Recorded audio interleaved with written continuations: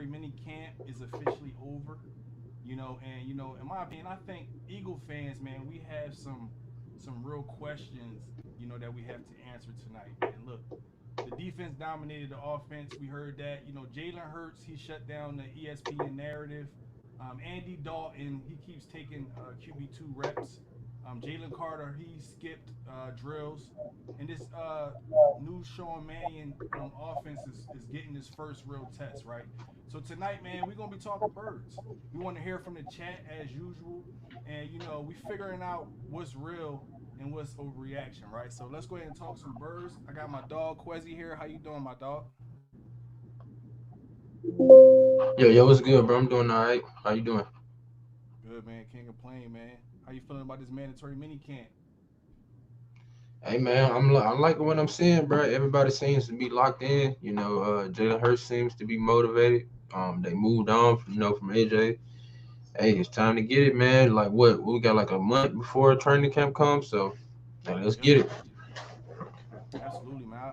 I feel I understand. I say the same thing. I didn't get my mic over here. I'm saying the same thing, man.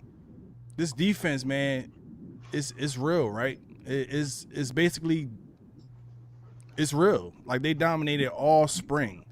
You know what I'm saying? Are you encouraged, because this defense looks so elite, or are you kind of concerned about, how the offense looked to start mandatory mini camp?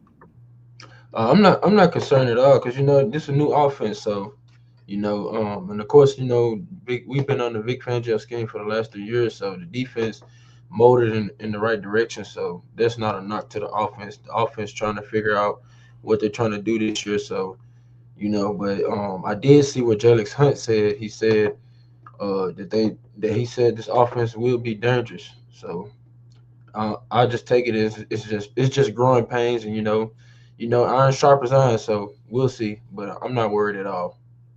What's up, Zoe? What's up, Zoe? What's good, bro? What's up, B Sutton? Welcome to the stream, my guys. Here to talk to y'all, man. I want to hear how y'all feel. Definitely want to hear how y'all feel. Well, I know he's Zoe, he a Vikings fan, so he probably don't care too much, but I want to hear about them Vikings too, man. We gotta get Zoe back on Hey, the show, man. Zoe, my bad, how are you not a Lions fan? I don't get you from Detroit, but how you like the Vikings, bro? I never asked you that. Yeah, that's a good question. He from Detroit? Yeah, he from Detroit. Yeah, man, that's a story in itself. It's good. The Wallace Pratt, man, was good. Was good, man. Welcome to the stream, man. Sipping the building. Oh yeah, man. I'm not worried either, man. He said y'all trust Sean Mannion? Absolutely. What I Hey, we see, ain't I got no definitely choice. yeah. I trust Sean Mannion I trust Sean Mannion because what the veteran players are saying about him. You know what I mean? Of course. Everybody's locked in, yeah. So yeah, What's good, it's a B? fly here. What up? What B up? Go Birds, y'all. What up with y'all? What's good? What's good? same old, man. Same old, same old. Let's see what y'all. I really want to hear what y'all got to say today, man. He said we have to run early, first couple of games, but then I feel like the passing will pick up early pains. Yeah. I feel the same way, B Sutton. I feel the same way, man. It's going to be some growing pains, some things we got to adjust to early. But I think we in a good spot, man, because this defense is nasty, and they proving that right now. They proving that right now. How you feel about this defense, B? Man, the defense looking good, man. The defense looking like they supposed to look right now. We got a new offense, a new offensive coordinator, and pretty much everybody's back from last year. As far as the core goes, so we should be looking better on defense. Yeah. Sure. Absolutely, I feel the same way, man. This defense is supposed to look like this, and then we added Woolen, a guy who has been showing up and showing out, man. Just like I thought, man. I really said, man, this was a real good offseason move, probably one of my favorite offseason moves. Woolen is showing up right now, bro, and he is exhibiting Philly toughness. You know what I mean? That's what I really like about him, man. A long, rangy guy, that's working on being on the island over there, man. He's gonna be good, man. So this defense is looking real good. Are y'all still worried about that safety position? Not a bit, not a bit, bro. We got the coach that know how to develop players, so You know, you see what we doing with Uar Bernard, like bro, we good. We good. I'm ready to go. Like I feel like this will prove a year, not for us as Eagles fans, but for us to show like the world, like, hey, this is who the Eagles really are. This is who the real Jalen Hurts is. You know, this is who the real Devontae Smith is. So, like, I'm ready to go, bro. I ain't gonna lie. This is one of the most anticipated seasons I've been waiting on, bro. Like, I'm so ready for the season. I ain't gonna cap. Yeah. Hold on. Zoe had a good question right here. Cause I mean, it's a good question. Do Hurts get a new contract? Let's talk to him about that. How y'all feel about that? That's a good question. Yeah, I think he do it. You know what I'm saying? I'm betting my betting the bank on him, bro. Like y'all said y'all gonna see it on full display. Everybody believe he can't throw. Everybody thinks that AJ Brown made him when both of them needed each other. If you ask me, uh, you know, it's on the platter. Y'all finna see, and I want the people that said that's been keeping these same narratives up about Jalen Hurts. I want y'all to keep the same energy, because if he come out and ball out, I don't want to hear nothing about no super team. I want to hear about he had Mekhi Lemon, first round pick. I don't want to hear none of this shit, because y'all said this is the narrative. Y'all said that it's people saying we ain't gonna make the playoffs, bro. You got people saying they're gonna make the playoffs. So I want everybody to keep the same energy, because if he comes out here and throw for 4,000 yards and be a top 5 candidate for MVP votes, there's nothing you can say about Jalen Hurts, because he did everything. He got second team All Pro, Super Bowl MVP, All Pros, Pro Bowls. What? Name it. Only thing he ain't did was, to y'all standards, have a consistent regular season. That's really it. That's the only thing he haven't done. Mm-hmm. How you feel about that, B? Well, bottom line, there's no more excuses for him. He's had, the same issue every year as far as offensive coordinator is concerned. So we know that the IQ is there and the work ethics there, the leadership's there. Uh, there's no excuse. Once Mekhi And Lemon is acclimated into the offense, what else is there to do? He's primed for 3,500, I think. And if he can't do that, then I don't know who else we can really blame other than Jalen Hurts or Nick Sirianni. Yeah, this would be the season for sure. But he said, what if he don't? Zoe said, what if he don't? If he don't, then hey, y'all was right. Y'all get to say he's sorry as hell, or whatever narrative you want to hear.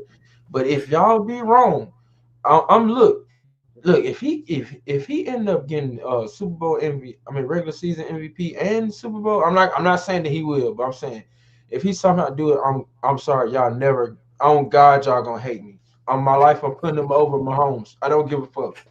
That's because he did. No, I ain't gonna lie. I'm not gonna put him over Mahomes, but to me, he gonna be the second best quarterback, because But you made a good point though, Quez.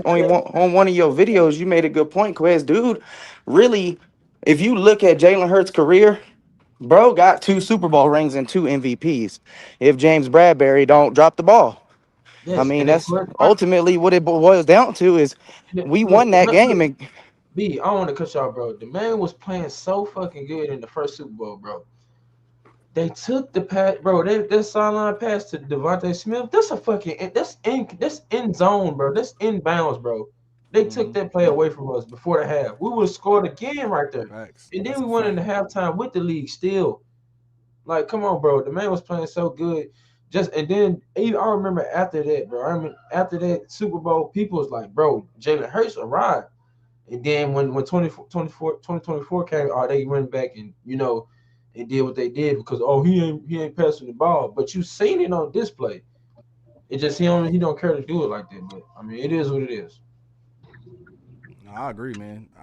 Jalen Hurts get a contract after this year, bro. And the only way he don't, if this team is just completely bad. And this team is not gonna be completely bad. Like, we're gonna still be good. We just won the division 2 years in a row. What are we talking about, right? Jalen Hurts is gonna get a contract. He doesn't need to get a contract this year. Look, we got a lot of contracts coming up. We got a lot of guys who we got to pay. Jalen Hurts is going to get his bag.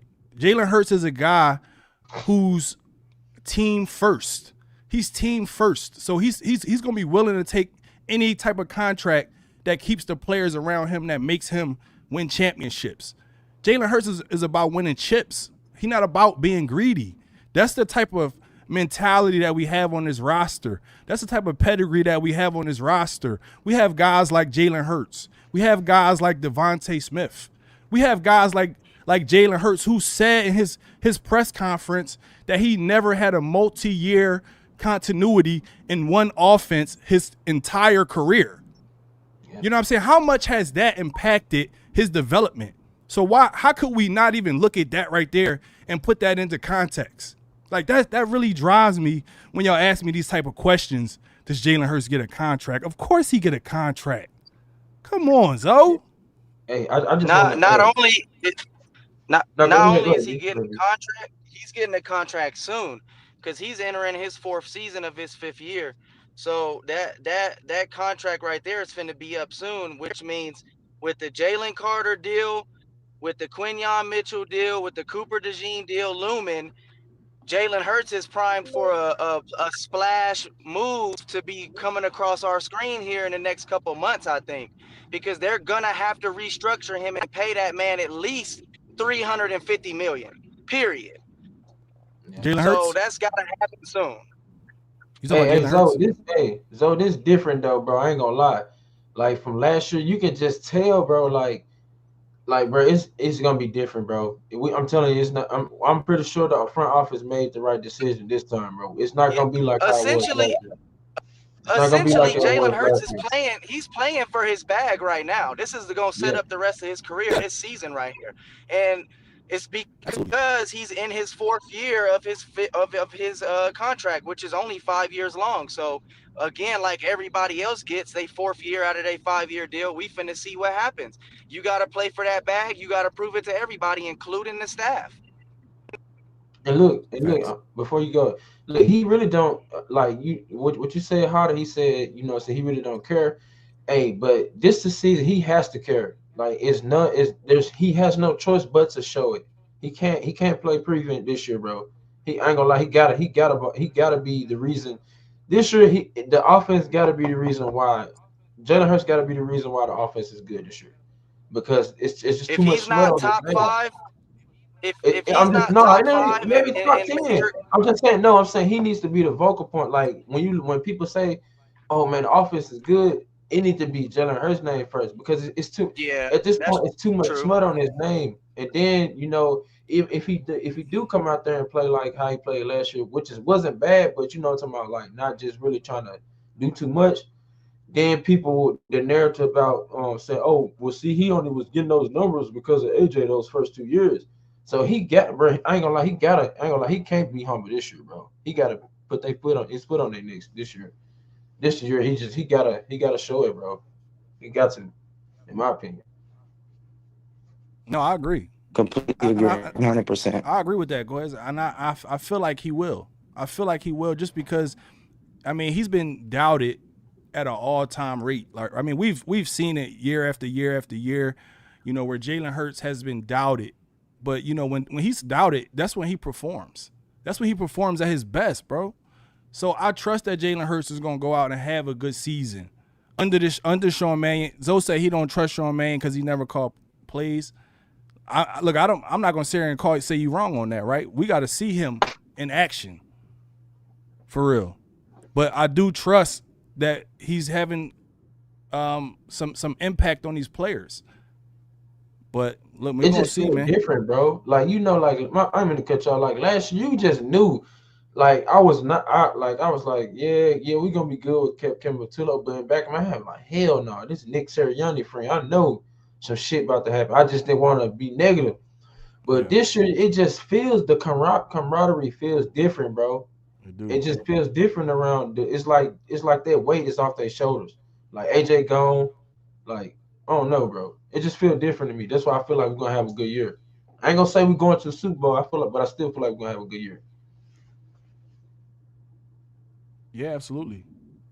Let's see. Let's talk about some of the comments. We got some guys putting some real good comments. What's up, Fredo? Fredo said something good. You talking about this one? Which one you wanted to put up? You say yeah, that's it. Yeah.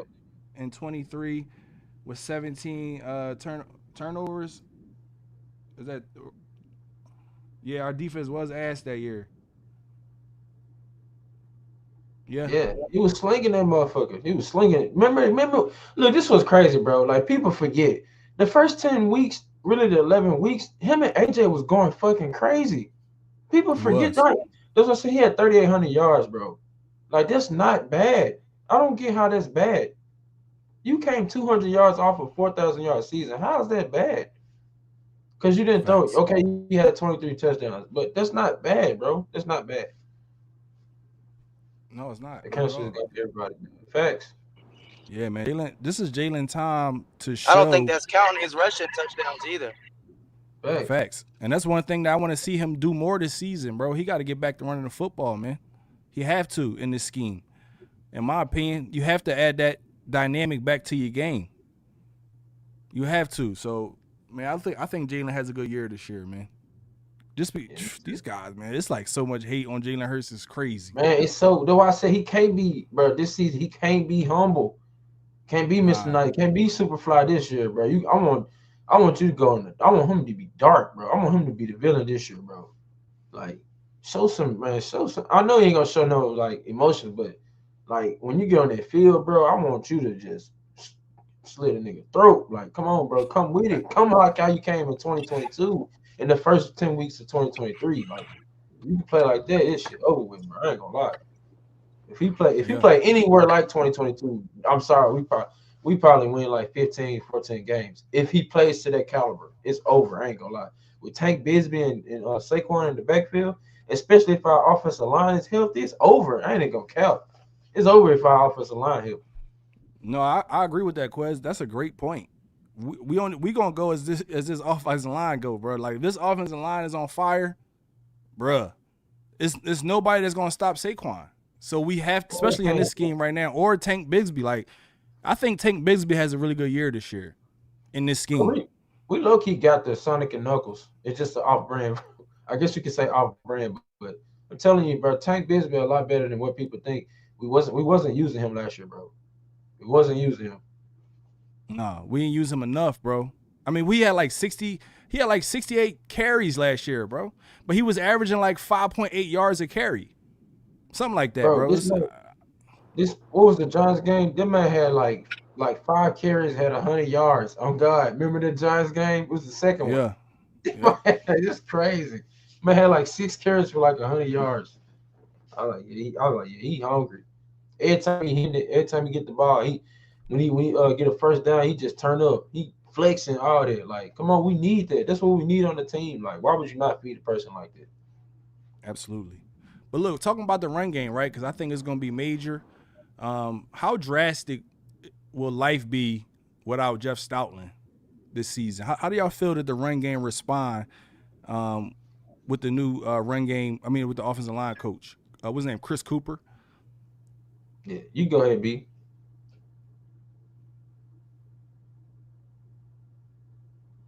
I think we might have lost B. No, yeah, I don't have an issue with the new offensive line coach at all. You know, like sometimes you just gotta move on, and sometimes they change. Things change all the time, especially in the NFL, and we got comfortable with one coach for a long time, and that's just not normal, you know. So sometimes I think as Eagles fans, we get spoiled with guys like Jeffrey Lurie and Howie Roseman and Jeff Stoutland. Like we've been having these names, Big Dom, for so long that it's like we forget it's a job. It's a career for these dudes, and they got to move on and do other things in life. You know what I'm saying? So I don't care really. Like he did good for us. Thanks for the Super Bowls, and you know, let's move on. Let's get this new stuff cracking. Yeah. Yeah, okay. Yeah, I agree. Go ahead. Well, I mean, to me, I think this is. I don't know about this one. I don't know because I mean I know what type of coach we had in Jeff Stoutland, Hall of Fame guy. I don't know, man. I have to really see how this pans out. You know, I know he's bringing different type of drills and all that stuff to Minicamp and all that. And we'll see how it goes in training camp. But I don't know, man. If if he don't pan out, that could be devastating. That could be one of those things that really go bad for the Eagles if this offensive line is not where it need to be. So I don't know, man. We'll see. Well, I think that's a Nick Sirianni thing, though. I think at the end of the day, if you overhauled everybody else in the offensive coaching room, then if it don't work out, then maybe it is Nick Sirianni. To Quez's point. Come on, you already know. You already know he's the problem. But yeah, I ain't gonna lie. I'm kind of worried because hold on. Yeah. Yeah, go ahead. Yeah. Because Zoe is a Minnesota fan, so Zoe said he don't know shit. Yeah, I mean, but at the same time, you got to think about it. We have better offensive linemen than the Vikings. At the end of the day, you can play. If you can play, you can play. But to address the whole Jeff Scotland situation, yes, I'm kind of worried. But at the same time, like I said, we have a better offensive line than them, bro. We shouldn't look bad, And then, like what B said, sometimes a change up should be due because sometimes you can be good at something for a long time and then it gets outdated. People catch on. So I'm not saying it was the right move, but you know what I'm saying? We got a new OC and he wanted his guy and he trusts him. So can't do nothing but rock with him, Facts. I mean, in my opinion, I feel like we're going to have to rely on veteran players. Just because, like I said, only thing I do know is how good Lane Johnson is, right? Only thing I do know, how good this offensive line is when they're healthy, like you said. So I do know that, but I think we're going to have to rely more on veteran presence like Lane Johnson, maybe. We're going to have a big year from Jordan Mailata. It's going to be like it's like everybody got to gel. They know it's some new run details, some new blocking schemes. They know that. So I expect that this team is going to get off to a slow start to start the season for sure. But we have to get this offensive line rolling, bro. That's number one. That's number one. For sure, I agree. Zoe said, but you teaching them your scheme? Well, no, we bringing in Mannion philosophy. But I mean, and I guess you could say some of Nick Sirianni bullshit, but oh my God, bro. I ain't gonna lie, I'm fed up with dude, bro. I can't do it this season. I ain't gonna lie. Man, I don't know, he might be gone after halftime, the first game. I doubt it. He gonna make it the whole season. Yeah, he gonna make it the whole season. And it's like I'm like so up and down with Nick because I blame all of our offensive struggles on Nick. I mean, not all of them, but majority of them I blame on him, right? But this dude is a culture fixer, man. He's a monster when it comes to fixing the culture. What he's done with that whole situation that we just came out of, I don't even understand how you coach through that, to be honest. So, to give him his flowers for keeping that in the locker room, keeping the guys motivated in that aspect of things, he's good. He's a CEO coach. But at the same time, man, I still think if this offense is bad, man, then it's on him. It's on him. I kind of give him some slack though, because now with the whole what we found out about the whole AJ Brown situation, shit, he probably was making the offense trash so he could get AJ up out of this whole what it looked like. But yeah, man, I ain't know AJ was moving like that, bro. But yeah, that shit crazy, bro. I ain't gonna lie. That shit crazy. AJ was moving like a salty female. Bro, I ain't gonna lie, his man is snake, bro. Still love him, but the way he treated him like he just threw Jalen. He did Hurts wrong. I ain't gonna lie. Hey, low key reminds me of the TO beef, the TO McNabb beef. Never publicly threw shade at that man, not once. That man did it multiple times. Yeah. Yeah, to me, this fool threw shade on the whole organization, writing that stuff on the wall before he left. Yeah, that's just crazy. Yeah, that was nutty, man. That was nutty. That was nutty. That whole situation is nutty. Bro, you better than man. You better than Wolverine. You better than Reggie Wright. You better than Eric Allen. Like that was real disrespectful. That was real disrespectful to Wright. Yes. No cap. Like, That's no what cap. it was. It was disrespectful to the whole organization and city and everybody. Everybody it was disrespectful to, I think. Yeah. You should bash your team, Zoe. You should bash your team because they not that good, man. I'm gonna be honest. I'm gonna be honest, man. I'm gonna be for real. Yeah, I ain't gonna lie. Your team, I don't see how you put up with it, brother. My brother. My God, Vikings fan. Who does he like? Minnesota? Yeah, my nigga like Brett Favre. Oh God. Quest funny as fuck. No, I'm bullshit though. Hey, they was good when I don't see how he they put up had with it. I would have been committed to. I would have been had to get on that. Yeah, I gotta give me a new team. That's a Randy Moss, Chris Carter fan right there. That's a Randy Moss yeah, fan. For sure. Dante Culpepper. Dante Culpepper and shit. Got it. Yeah. Madden 2002. That's hilarious. Hey, bro. But he a real Vikings fan though. I ain't never seen nobody rip the Vikings like he do. Nah, so you know we gotta get involved. You come here trying to talk about these birds. We gotta turn it right back on you. We gotta turn it because look, how you feeling about them? You can't be excited about this season. You can't be excited. I think they're low key gonna be kind of good, bro. Kylie gonna be straight with Justin Jefferson. He ain't trash. He way better than Jason McCarthy. Way better than him. And they Kyler Murray. Yeah, Kyler Murray is gonna be one of them quarterbacks like Sam Darnold. He'll find a home like Jacoby Brissett. One of them dudes. He'll find somewhere to go. Trash, bro. And be cool. Nah, he'll be all right for a while. He'll be somebody's backup in 5 years. He's like 9-10 games though. I ain't gonna count. So is K1 a starter? Is K1 a starter? He gonna beat. They don't know. They don't know. They was just on NFL radio with the GM from the Minnesota Vikings talking about how they don't really know who their quarterback's gonna be yet. So basically, what you're telling me, Zoe, is y'all in quarterback hell right now. Y'all don't even know who y'all starting quarterback is. I think they're gonna be straight, bro. They're hit. They might. They're hit. They might, but it's a might there. Both of them quarterbacks are gonna see the field. Both of them quarterbacks will play this year. Watch, mark my words. Yeah, but I think I think they're gonna be straight, bro. They're not gonna. Hey, one of them will win 3 games. One of them will win 3 games. The other one will win 2. They got 5 wins coming this year. They won 8 last year with I got them winning 10. I think they win 9 or 10 games, bro. They division finna crumble them. They might not win a division game. Yeah, the division gonna be. I think the Lions gonna win the division. They schedule too easy. They might go 0-6 in the division.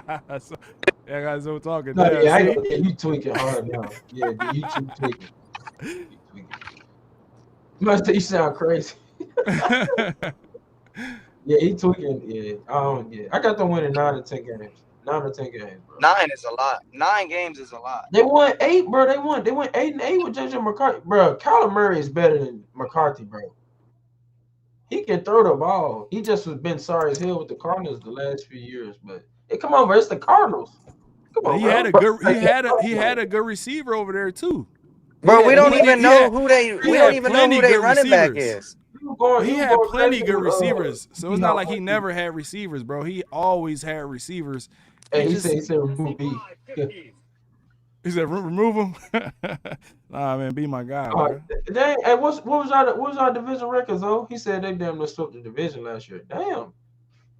What was our record in the division last year? Yeah, that's why I said be tripping, bro. Kyler Murray, to me, he way better than JJ McCarthy. And he mobile. But, I mean, he still ass. But you get what I'm saying. I said he only lost twice. I don't know. They went to the playoffs? I don't know about that, but I don't see them winning that division though. No, I ain't winning that division, bro. Birds beat us on the kick. We'll see though. I don't like. I agree though that y'all have 9-10 wins, whatever. I don't know, something like that. That's cool. 9-8. That's cool. Yeah, 9-8 or 10-7. I can see that. He can get more games. If they went 8-8 last year, bro, they definitely can win 2 more games with Kyler Murray. Yeah, I can see that. But That's cool. their defense not trash. Yeah. We're gonna see though. We're gonna definitely see because we streamed the last game. Except they just gave us Jonathan Grenard. Oh yeah. Hey, Appreciate that though. we streamed this. We streamed the game last year, so Yep. We appreciate Jonathan Grenard. that was a good stream. He was hot on the first drive. He said, "Man, Hey, that was a good stream. We gotta do it he was again, hot. man. He was so hot." Man, let's get back on the NFC East. I want to talk about the NFC East, man. So right now, where we at? Who the biggest threat to the Eagles right now in the NFC East? The Cowboys. Yeah, Cowboys. Yeah. You said Grenard can't tackle. I thought he was good at the run stop. Nah, Grenard is a really good edge rusher, bro. When they get healthy, they're gonna be good. The Giants gonna be fighting. I think the whole division gonna be tough for us though, because everybody want to beat us. So yeah, I don't know. The division can go any kind of. I gotta still win the division, but it's gonna be tough. Yeah. So you think we're gonna three-peat this year? Yeah. We definitely gonna three-peat this I year. want to see the excuses for the Cowboys fan this year if they don't make the playoffs 3 straight years in a row. Then okay, yeah. Somebody said the Cowboys. Well, I don't think the Cowboys gonna be good enough. You already know how I feel about that. I'm not changing my stance. They gotta show me that. They gotta show me that. I hope they win 3 games. Yeah, I don't see those guys, and I don't see the Commanders. Hell, I think they might lose like the first 3 games, bro. I think the whole division gonna swoop them. They ass, bro. I think they might lose. They might go 0-4. This is a hot take, bro. The whole division, the Cowboys, Giants, and the Eagles gonna sweep the Commanders this year. They ass, bro. Yeah, and they got one of the toughest schedules, bro. They start out 0-3 for sure. They got the Cowboys and the Seahawks on the road. You're not fucking mean the Seahawks. Well, no, they at home. Are they at home versus Seattle? I think they at home versus remember Seattle. That Seattle came and spanked them last year at home. Put up 48 points. Everybody was blitzing them last year, bro. They trash. I don't think they're gonna be good this year, bro. I think they did some good. I think they had a good draft. I think they put some good pieces around that team, around Jane Daniels and that team, but I think they scheduled too tough. I don't know if they're ready for that yet. They don't know how to draft to me. They be picking some sorry ass niggas. They be picking I don't know who they're gonna be picking El Salvador and shit. They be picking some unknown ass niggas. Yeah, I'm like, damn. Yeah, when they get healthy, I think they one of my dark horse teams. They got a tough schedule too, though.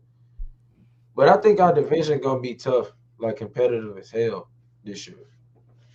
Besides the Bum-Manders. So we're gonna sweep the Bum-Manders. Everybody gonna sweep the Bum-Manders. I think the Giants is gonna be the worst team in the division. Yeah. You tripping. Only because of the injuries. I don't think Malik Neighbors is gonna be the same at all. And then Cam Scatterbo, he can't play the same way that he been playing, or else he's just gonna end up collapsing like Hamlin did. And then Jackson Dart's not finna be running around like no idiot like he was. I don't think they finna be that good. I don't know. That's just me though. I think they're gonna be better than the Commanders for sure. I think Jaden Daniels gets a little bit better. I think he comes back and has a little bit better season than he did last year. Plus he'll be healthy, so yeah. I don't know who's gonna be as good as us, man. Like I don't think neither one of them are a threat though, like the Giants or the Commanders. And honestly, I don't think I got us winning the division by 3 or 4 games this season. I don't think it's gonna be close. Me too. I think we're gonna win the division. I think we're gonna wrap it up early too. Yeah, me too. I don't really have no, like, as far as this conversation goes, for context, the Cowboys are the biggest threat as far as like maybe like beating us or whatever, but I don't think we got a problem winning the division this year as long as everybody's healthy. Yep. I agree with that. For sure, man. So let's talk about Jalen Carter, right? Because I think, Jalen Carter is important to what we got going on this team. Did y'all see that Jalen Carter was missing in team drills. How do y'all feel about that? Do y'all think that's health related, or do y'all think that's contract related, or a little of both? So I did say something about this in the group chat, right? And then I had to go back and do some more research. Dude is not tripping on his contract as far as like the outside world is concerned. He is hurt. And that's the only thing that's going to prevent Jalen Carter from being a Hall of Famer is his shoulders. And I think Vic Fangio can bring it out of him. He just got to be healthy. But I don't think he's got issues with his contract at all. He wants to be in Philly and he ain't even raising hell about it. Yeah, I agree. It's just they're just being precautious. You know, He was over there with McKee Lemon just watching. They just chilling, And then that's another thing I want to touch on too is McKee Lemon's health. That's gonna be an issue. I don't Yeah, think we could definitely talk about that. We could definitely see if that's gonna be an issue or not. I don't know. We'll see. But Jalen Carter, man, like I said, I don't think it was contract related. I don't either. I think it was more so them being precautious. I think he's gonna be ready when training camp start. That's what I think. I think they expect him to be ready when training camp starts. yeah. I Sure. just hope that he's ready long term. Like it's cool to have him for a season and then perform the way I just don't want somebody like Lane Johnson again. Like Glass Man. Be available. Well, I mean, Yeah, he just became injury prone as he got older, though. yeah. It He just wasn't really. Yeah, he wasn't really always that injury prone. He actually was a really good tackle. Like, I Right, mean, what I'm fucking saying, legend. but Jalen Carter's got this lingering thing that's been an issue for a while. So He do. So I'm hoping that he's healed from that, or healthy enough to make an impact. Because when he's 100%, bro, this defense is ferocious. This is already a really good defense, but when he's 100%, man, I don't think nobody could really mess with us, bro. hey, with the D-line talent and the defense that we got, I really don't have an issue if Jalen Carter needs to sit out the entire preseason or even a game or two. I don't have a problem with that. yeah. Yeah. If But he hey, needs to get 100% healthy, then I'd rather have him for the back end of 15 games than put him in week 1 and 2 and in the preseason if he ain't ready. Yeah. yeah. But how y'all feeling about Jelix Hunt though, bro? I ain't gonna lie. This might be a breakout season for him too. He might get. Yeah, he's showing his stuff in camp. They gonna pay him, bro. They gonna pay Jelix. Oh, They, yeah. Yeah. they're not gonna pay Nolan, but I think they're gonna pay. They're gonna play Jelix for sure. But That's what I think. I think Jalix, just because he's so good, is why he's expendable. Talking about Nolan Smith, like you said, Quez. I mean, you nailed it, right? He's he's becoming the most important breakout candidate on his defense, right? He's the guy that everybody's talking about. He's a guy. He's becoming a true chess piece, just like Cooper DeJean, where you can have him in so many different places. Man, this guy could drop in coverage. He getting interceptions. He led the team in interceptions last year, and in interceptions. That's crazy. and then he already picking the ball off already. So He's starting to flash already. Yeah. I I like it, think it's bro. gonna be a breakout year for him too, and Jonathan Goedert. That's gonna free up a lot of people, especially if Jalen Carter healthy and Jordan Davis return like how he played last year. Oh, it's going down, bro. It's going down for sure. And Moro Ojomo. Like, we would be forgetting how good Moro is, man. Moro is a beast, bro. And I think Moro is gonna be a guy who you watch because Moro trying to get a bag. You know what I mean? Man, we So got good problems on the defensive line right now. I'm And saying we got hella depth, but look, hey, what's up with Ty Robinson, bro? Like, he's not his development. It was I seen that last year. His IQ wasn't there. yeah, he looking like a bust. Yeah, yeah. it was his IQ. They said he can't figure out the schemes and stuff. Who is a fifth round pick? Yeah, Yeah, I Yeah. guess. Can you call a fifth round pick a bust?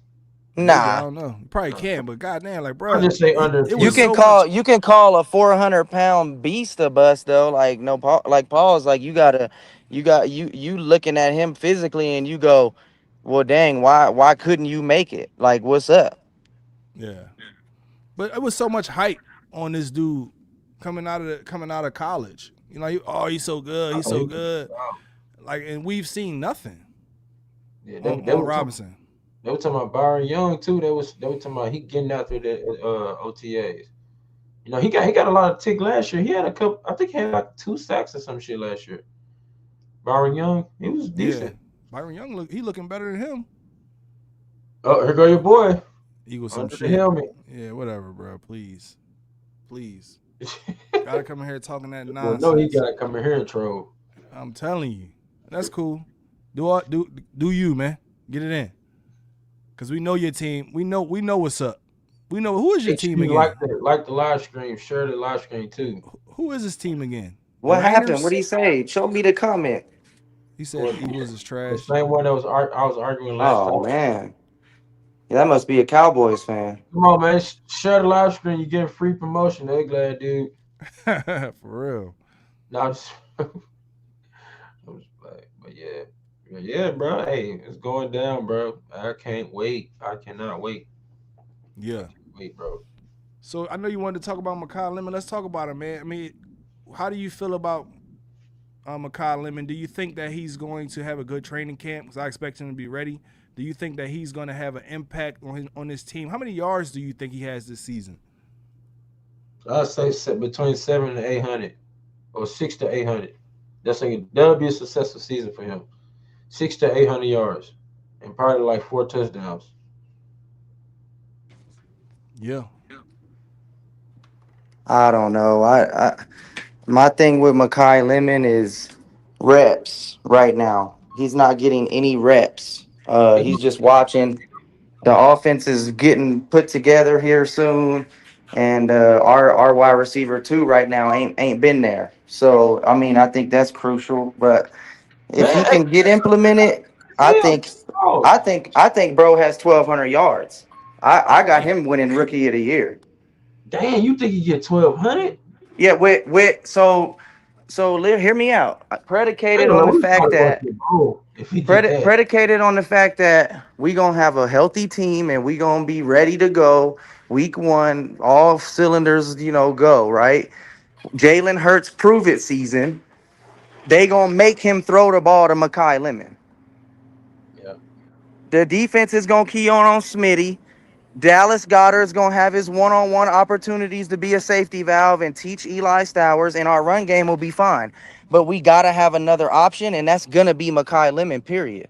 yeah, for sure. Damn, if he And, get and, and if that's the season that we expecting Jalen Hurts to have, then go to the rookie, and I think 5 or 6 touchdowns got to go to him. And maybe even more. But I got him at 1,200 yards and 9 touchdowns if everything goes right. 70 to 85 catches. damn Sheesh. Jalen Hurts damn near gonna throw for 5K with that if both of them No, get. With that I money. got 1,200 from him. I got almost 2K from Smitty. And we gonna get 6 or 700 Damn. from Hold Goddard with on, another 3 or 4 dang, from Saquon. And that's what it's gonna be. That's my Damn. prediction man, I with hope. Jalen. I'm I talking take so much shit. Let Jalen Hurts throw for 5K yards. Boy, he better than Tom Brady. I don't give a I damn. don't know about 5K, but like I said, Makai Lemon's going for 1,209 touchdowns this season. if Makai I'll Lemon take. get 1,200 yards, that might be Oh that's God, rookie of the all year my life type of he gonna stuff, be. bro. All my life That's he gonna be crazy. better than George Pickens. I'm gonna be talking. I'm be talking so much. No, I'm just bullshit. Hey, watch Devontae Smith be top 5 in receiving this year. Yeah, I think he get Yeah, over I 100 see that for catches. sure. He gonna get Yeah. over 100 catches. I'm telling you, bro, watch, bro. Hey, I Watch. got him at like 100 plus and almost 1,800 yards, like 16 to 1,700 That's yards. that's He gonna wild. outtake it. Yep, That's yep. crazy. As long as he Between him and Lemon, he will have close to 3,000 passing yards just with them two. I'm calling it. That's my prediction. And give the Rookie of the Year award in the NFC to Makai Lemon. yeah, Period. Eli Stowers is not finna get Rookie of the Year unless Dallas Goddard. He's not finna see the field too much. We're not finna be in two tight end personnel all the time no more. We got too many first game. receivers and too many weapons with Sean Mannion. I DJ got a was good. question. Are Eagle fans sleeping on Dontavian Wicks? I don't hear Dontavian Wicks I being ain't talked sleeping. I about. think he gonna I'm do not. it. I'm not. Bro's our wide receiver 3 right Tyler now, Taylor was a lot. unless we add Tyreek Hill. Right now, he's WR3. He's really WR2 right now. He is WR2. He's in the first team reps I with got Hollywood Brown. 700 yards. I think Dontavian Wicks is going to be he going to have a really good season.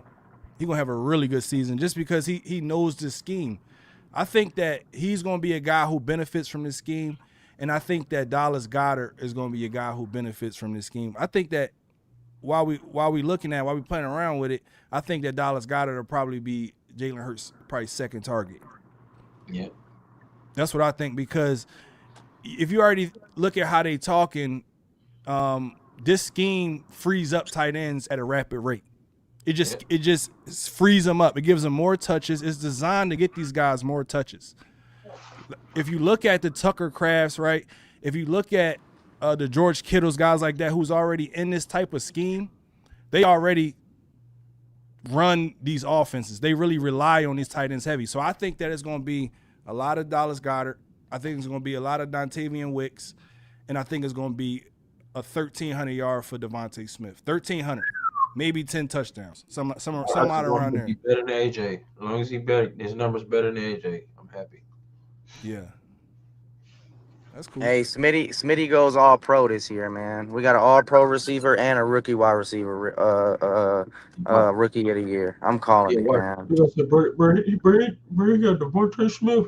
Now people they're gonna be saying watch. You already know how they're gonna use it against Jalen Hurts. Trust me, they're gonna use. Hey, we talking about the most decorated wide receiver in NFL history or in football history. Period. The dude got every accolade a receiver can get.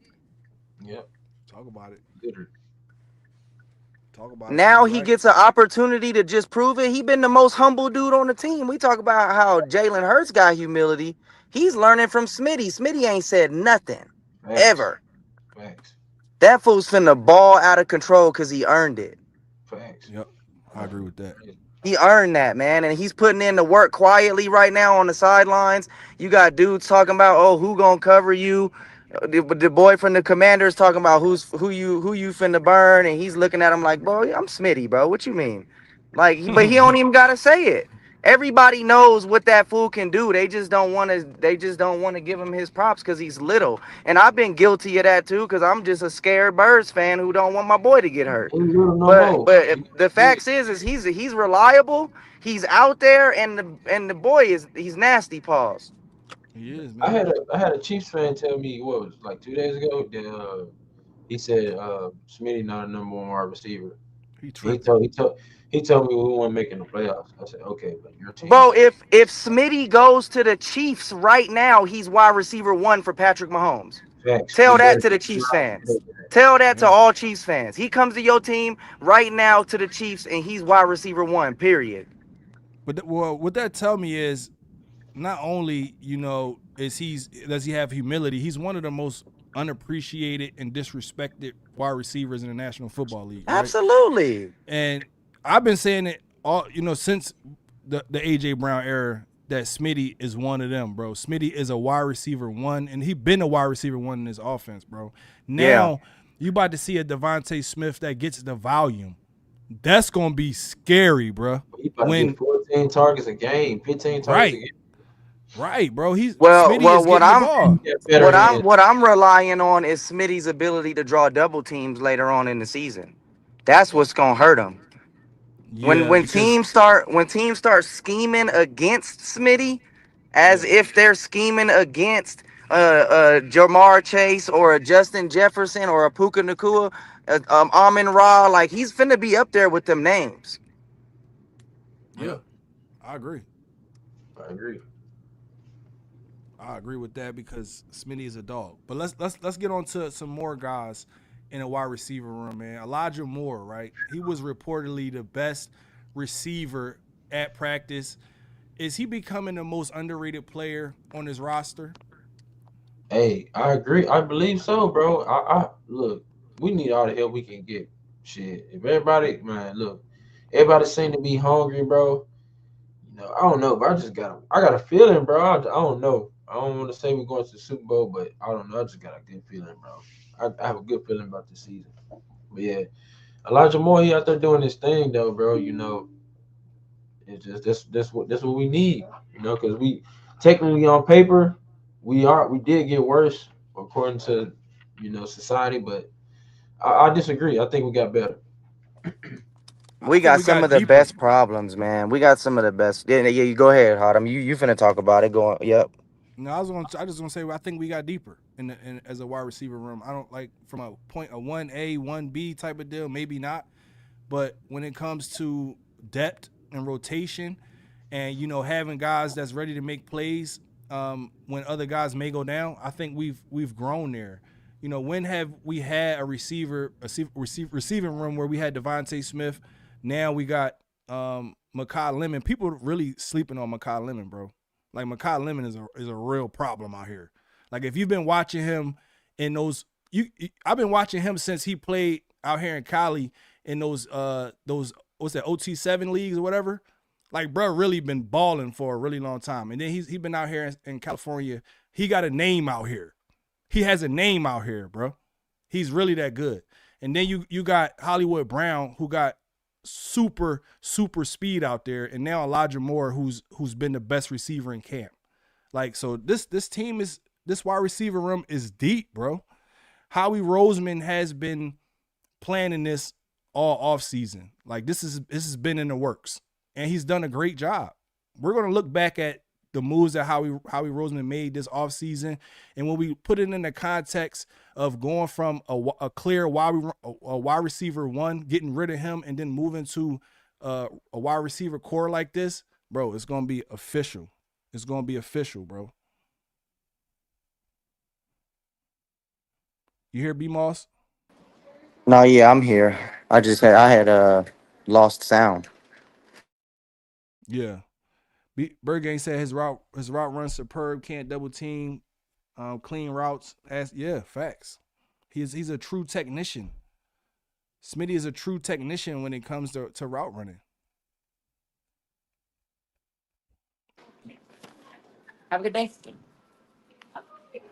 Yeah, I think we got one of the best problems when it comes to like a lot of the rooms in our offense and defense as far as depth goes. I mean, we're having a lot of conversation about, guys that are rising up who aren't the one or two option already. And by us talking about guys like Elijah Moore and Wicks and guys like that, we're creating some of those good problems that I'm talking about, because it's like, well, we ain't talking about nobody who's struggling. We got some injury issues, we got some coaching questions, but at the end of the day, our problems look like, are the Eagles good enough to go back to the Super Bowl? And I think we are. Oh yeah, it's definitely contending problems. We still worried about, can we, be contenders? Can we get back to the ultimate level of football? That's the type of questions that we have. Not, are we going to the playoffs? Because I feel like this team is going to the playoffs. I feel like this team can make a deep run. Especially when, we start to get that traction with this Mannion scheme. When that scheme start to come alive, oh my word, bro. This offense has a lot to prove. And I think everybody's motivated to do so. That's what I think. Clifton Lashley said, I agree.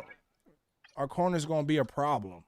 I mean, when you look at the cornerback room here, I just think like how do we get this good, man? Because I think that was a big problem. I know that was a corner we had last year. I forgot his name, bro.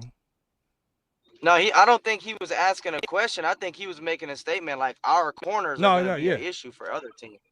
Yeah. Oh yeah, for sure. Yeah, that's what I'm saying. Yeah, we got one of the best cornerback rooms in the league. For sure. Yeah. And it only gets better when you look at dudes that ain't even really played like Mac McWilliams. He's still out there, doing his thing in Dory Jackson. in the development stage. So, Dory Jackson. What about a Dory Jackson? Yeah, that's what I was talking about. Oh, yeah. That's what I was talking about. We had a Dory Jackson last year. What's he doing now? Is he still on the team? Like, where's he at? Nah, he went somewhere else. He already on another roster. I'm glad. Yeah, he already on another roster. But I think try out for the Browns. I think Rick Woolen is going to be a difference maker. With him, he already feel like that this team, this secondary can be one of the best in football. Do you think he right with that? I think that This is my honest opinion. I think that Tariq Woolen is about to have our best cornerback year, and I think that he's about to go get paid somewhere else on this 1 year contract. I think he's about to go ball out of control. I think he can say all he wants, but he knows that he's a top corner in this league and he had a couple bad seasons. And once he gets back right with this team, he's about to go get a $30 million bag somewhere else because we're not going to be able to pay all three of them. Reek Woolen's going to be our best corner this year. You think he'll be better? You think he'll be better than Q? I'm saying statistically, all three of them are going to be great. We're going to have the best cornerback room in the league, period. And we're locking everybody down, period. But Reek Woolen's finna go get $30 million. Yeah. He said Dory's still a go- free agent. he's finna He's go still a get free a- agent? He's Yeah, I finna thought go he get was a somewhere 3 or else. 4 million. He's gonna get a 3 or 4 year deal somewhere else after he balls out of control with the Eagles this year. Yeah. Four Man. interceptions and a lot of deflections. I hope that if he have a good season, we can re-sign him. That's what I hope. I mean, because to me, if he come out here and figure out, you talking about signing if he. Hey, JD, you there, JD? Go ahead. Yeah, y'all can hear me? Can y'all hear me? Yeah, I can hear you, JD. All right, cool. What's good, y'all? How y'all doing? Yeah. Good, man. What's good with you? Yeah, What up, JD? What up? Good. tapping in, man. Tapping into the best podcast in the world, man. Talk about it. Can't even hate on it. So how you feeling, JD? I know you just jumped in, but I need to hear, your takeaways from training camp. I don't want to go backwards, but I got to hear your takeaways. From Minicamp? I mean, minicamp. My bad. Yeah. Yeah. So, man, so of course we've been hearing that the defense is head of the offense, which shouldn't be a surprise. I don't know why. Like that a surprise to folks. I mean, this is going into the third year of Vic Fangio. We pretty much got the core pieces, playing defense. We got some new faces and some new spots. But I mean, the D line is dang near the same. Especially with the core pieces: JD, JC, Jalix, Zach Bond in the linebackers position. Of course, you got Quinyon and Coop. So that's what 5-6 starters right there. Everybody else is, pretty much new, but the DC is the same. So we pretty much locked in and loaded. So of course and plus in general in football, the defense is always ahead of the offense primarily, because defense is more of a continuity thing. Offense is more of a chemistry thing. Everything got to be in sync. So, and then on top of that, with this offense, I mean, Jalen Hurts over these last few seasons has been pretty much in the same system, even though the terminology, or maybe the terminology probably been the same, but even though he's had different OCs, but the system has pretty much been the same. This is a brand new system. So, I mean, I feel as though minicamp, it should be struggles. It should be ups and downs. Like, I mean, did everybody think first day, like, the offense is going to be humming? I mean, like, come on now. That's asinine to think if people was thinking that. I mean, then now we working with a new group of receivers outside of Smitty, of course. So, I mean, it shouldn't be a surprise that the offense is behind, and that's okay. It's going to be some growing pains, even during the season. I mean, the first 3-4 weeks, maybe 5 weeks, even up to maybe week 6, it might be some growing pains. I mean, we got a first-time OC. So, I mean, it's a lot of newness to the offense. Yeah, some of the players may be the same, but the concepts is different. The terminology is different. The players are different. So, especially in the receiver position. So, I ain't tripping. Yeah. I ain't tripping at all. I agree. Like, I honestly feel like. Go ahead, B. I just want to hear what JD got to say about cause he's rolling on a point that I was on. I want to know what you think about your boy McKee Lemon. I mean, he's injured right now, so I mean, training camp is next month, so hamstring injury. I think he got enough time to rehab. I think training camp start like in the middle of July, right? Yeah, So, like a Yeah, month he like got in. some July time. 15th or so, something like that. And I think it's to start somewhere in the 20s, like 21st, 23rd, something Yep, in there. yep, yep, But yep. Okay. Mm. I mean, he got plenty of time, man. And when a hamstring injury, you don't want to rush a hamstring injury because prolong the hamstring. So I'm not really tripping right now. I mean, because Coop had the same, he had an injury coming in his rookie year. But I think since it is a little bit different since he's the offensive player, like because you got to get that timing with Jalen Mm. and Yeah, um I agree. and Jalen ain't gonna throw the ball if he didn't trust you. And I think that's my only gripe with Jalen is from the past is the fact that he had, AJ, he had Smitty, and he really didn't in Dallas. He didn't, I guess, involve like third, fourth receivers. Like spread the ball out much. And I think that's what McKee has to get that work in with Jalen during this time. Heading to training camp because he ain't gonna throw the ball to you if he don't trust you. And I think this offense that we headed to is primarily based off spreading the ball around. You know what I mean? It's not based off getting the ball Yeah, to the timing. best, yeah, the Mm. best player, the best matchup, Mm. or it's not getting the AJ, getting the ball to Smitty. It's about getting the ball to the best player who's open, progression and timing and stuff like that. So him missing that time in minicamp is kind of going to hurt him as far as trying to get the ball from Jalen. So yeah, Yep. I Yeah, I mean, agree. The timing. I mean, yeah. I mean, this is the timing offense. This is the offense about progressions, who getting the ball out quick, getting the ball out to the not the best man available, but the best matchup available. You know what I mean? And it can't Yeah, be and Jalen if sitting. Makai can't make it happen, yeah, yeah, Yeah, yeah. and it can't be Jalen looking for AJ because AJ ain't there. It can't be Jalen looking for Smitty. You know what I'm saying? If he's not open, it's about okay. If Hollywood come open first, if it's Makai, if it's Smitty, if it's Wicks, if it's Saquon or whatever the case may be, like that's what this offense is about. That's what the Kyle Shanahan, Sean McVay offense is about. So, yeah, I Yeah, just this think But is missing gonna that show. time. They call them levels offenses where you got to go through your progressions, and so this is Yeah, gonna show yeah. how much AJ Brown's timing and development as far as his quarterback savvy is gonna be. Like Quez was saying earlier, I think he basically was saying we need to have Jalen Hurts become the guy like we talk about Joe Burrow and Josh Allen.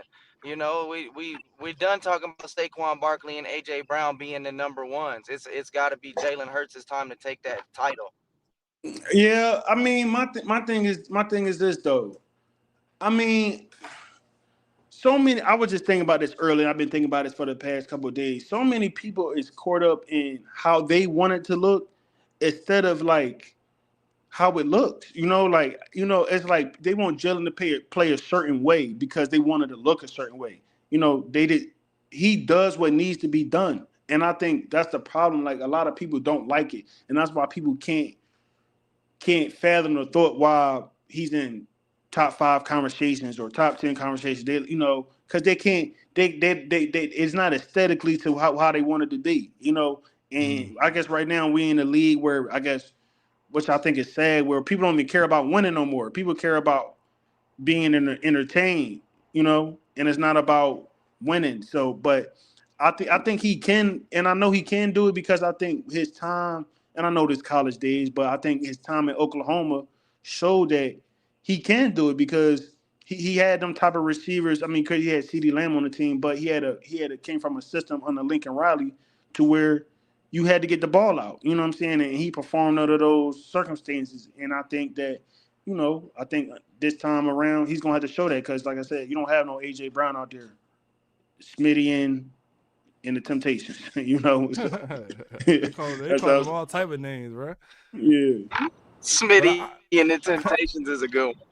I think it's crazy, man, because um, to me, in my opinion, right, if you put Jalen Hurts in the same offense, right, like most franchise quarterbacks get, or maybe like for 4 or 5 years straight, I think we will be talking about him totally different today. absolutely. Yeah. Man, I think about this, bro. If we never fired Doug, there would be no question that it would be unquestionable that Jalen Hurts would be a top 5 quarterback. He, multiple MVPs. I still think a Super Bowl or two. at this point. So, but Jalen is perceived by the national media, perceived in the league by his peers, would be a lot different, in my opinion, because you had a head coach who was a play caller, you had a head coach who was a quarterback, and I always go back to his rookie season and them games that he started. If you go back, and this one I knew Jalen was the quarterback for this team, that Arizona game in Arizona. Yeah, we lost, but he was spreading the ball around. It was throwing to Dallas Goedert, it was throwing to Quiz, it was throwing to even Jalen Reagor, and you know what I'm saying, and Miles Sanders out of the backfield. He was spreading the ball around, and I think since we have a head coach who that's not his philosophy, I think Jalen Hurts has become the downfall of that. But I think hopefully this main offense should bring that back, in my opinion. Because these other quarterbacks, man, maybe not Herbert. I think Herbert, has he had the same play caller every year he's been in the league? I know he had some changes as well. I know he did. He had a couple of changes. I mean, I don't know completely. No, Herbert. Herbert is very similar to Jalen Hurts in that regard. Okay. Well, most of everybody else. Of course, Patrick has definitely had the same play caller, Andy Reid. Joe Burrow has had the same play caller, and what's his name? Zach. What's his name? Zach. Somebody. Not only did Patrick Mahomes have Andy Reid, but he stuck with Eric Bieniemy for a long time. His offensive coordinator was there for all his Super Bowls. Yeah. Hey, somebody might kind of going in and out. You might have to jump out and then jump back in. Is it mine? More. Maybe go ahead, jump out and jump back in. He said Kellen Moore. Yeah, jump out and jump back in. JD. Yeah, jump out. Yeah, Kellen Moore's system was legit. I wish we could have kept him somehow. Well, I mean, I still think that Kellen Moore's system was mixed with Nick Sirianni's system. I just think that we had a really good roster that year. But Kellen Moore's system is good, right? He ran that Boise scheme, whatever. But that is a really good scheme. I do think that Nick Sirianni still had his hands in the jar when it comes to picking offensive schemes for that year. Maybe I don't know, but that's just how I feel, right? Let me take JD out to see. I'm gonna jump off and jump back on too because I can't really hear good either. All right. Oh wait, it's better now. I'm good. Yeah, that was JD. I'm gonna remove him and bring him back. See if that worked. All right, so he probably gonna come back. Real quick, man, I want to talk. I want to ask you a question, cause this was a really good. So I guess he jumped out of here too. So B jumped out. JD coming back in right now. Yeah, JD, that joint still kind of messed up. Is it me? Yeah, I think that's JD's mic. Hold on. I'm gonna unmute it. Yeah, JD, that's your mic, bro. Can you hear? Yeah, it sounds better now. Can you hear us, JD?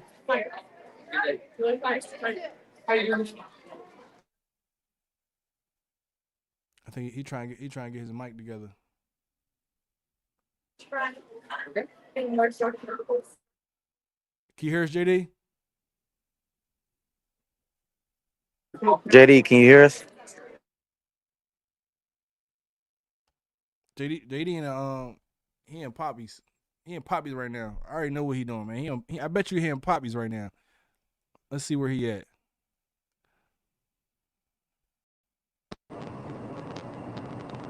JD? Yeah, y'all hear me? Yeah, you on Poppy store? Bro, my phone overheating, so I think that's what's happening. Oh, I thought you was in a Poppy store or something. No, my shit's tripping. It's still echoing? You can hear JD? I can't hear him. Yeah, it's better. It's better now. All right, I'm going to come out and come back in. Pause. Sometimes when y'all go in and come back out, it just do that, bro. I don't know what it is. I don't know what it Hold on, is. now man. I can't hear. See?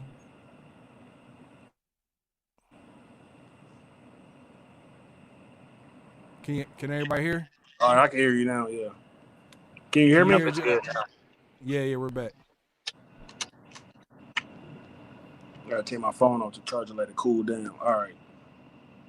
Bet. So everybody, we good now? Yeah. All right, bet. Shit, what the hell was you talking about? But I mean, what's the expectations for this season, man? With like as far as the offense, you know, like what would do we need to be? What top 10, top what? To like where do we need to be as an offense? What do y'all think? I think we need to be at least about top 10 and top 15. Yeah. To me, I think we got a top 5 defense for sure. Looking at how ferocious this defense is, bro, I think that I want to say that this offense is going to be dynamic the whole year. It's going, we're going to get so many yards and touchdowns, but I really don't know. The only thing I do know is how good this defense is, man. What you going to say, B? Yeah, I think I mean last year we was 29th in offense, so of course we can't go nowhere but up. But I was listening to another Eagles podcast. I mean, I'm gonna just say like this. I think we got to be somewhere, of course, in the top 10. I just think that weeks 1 through 6, man, I think people gonna want it to look like the offense is humming right away, and I don't have that expectation. I really don't. I think this is going to be a week by week kind of thing where we kind of gradually build as the season goes along. Of course, the run game is going to be something that we're going to have to fall on early, but as far as the passing game, I think it's going to take a little bit of time. And the good thing is these throws aren't going to be these long down the field throws. It's going to be like quick. These should be like quick, short, intermediate throws. Especially now, I think if it's like the Sean McVay offense where you are getting a running back involved in the pass game too. You know, some screens. You know what I'm saying? Just not swinging the running back out to the sideline as just a check down, but he's actually running routes like Christian McCaffrey. You know what I'm saying? In the pass game. You know, line them out wide, line them in the slot. You know, even lining them up, getting one-on-one on linebackers. And Saquon one-on-one a linebacker in the pass game. Oh, it's over with. It could be scary. It could be scary. He can get if he get 500 yards receiving, it could get ugly. It could get ugly. But I mean, that's what we really expecting because I mean, if I'm being honest, we don't have that consistent like one-on-one dude like we had with AJ. You know what I mean?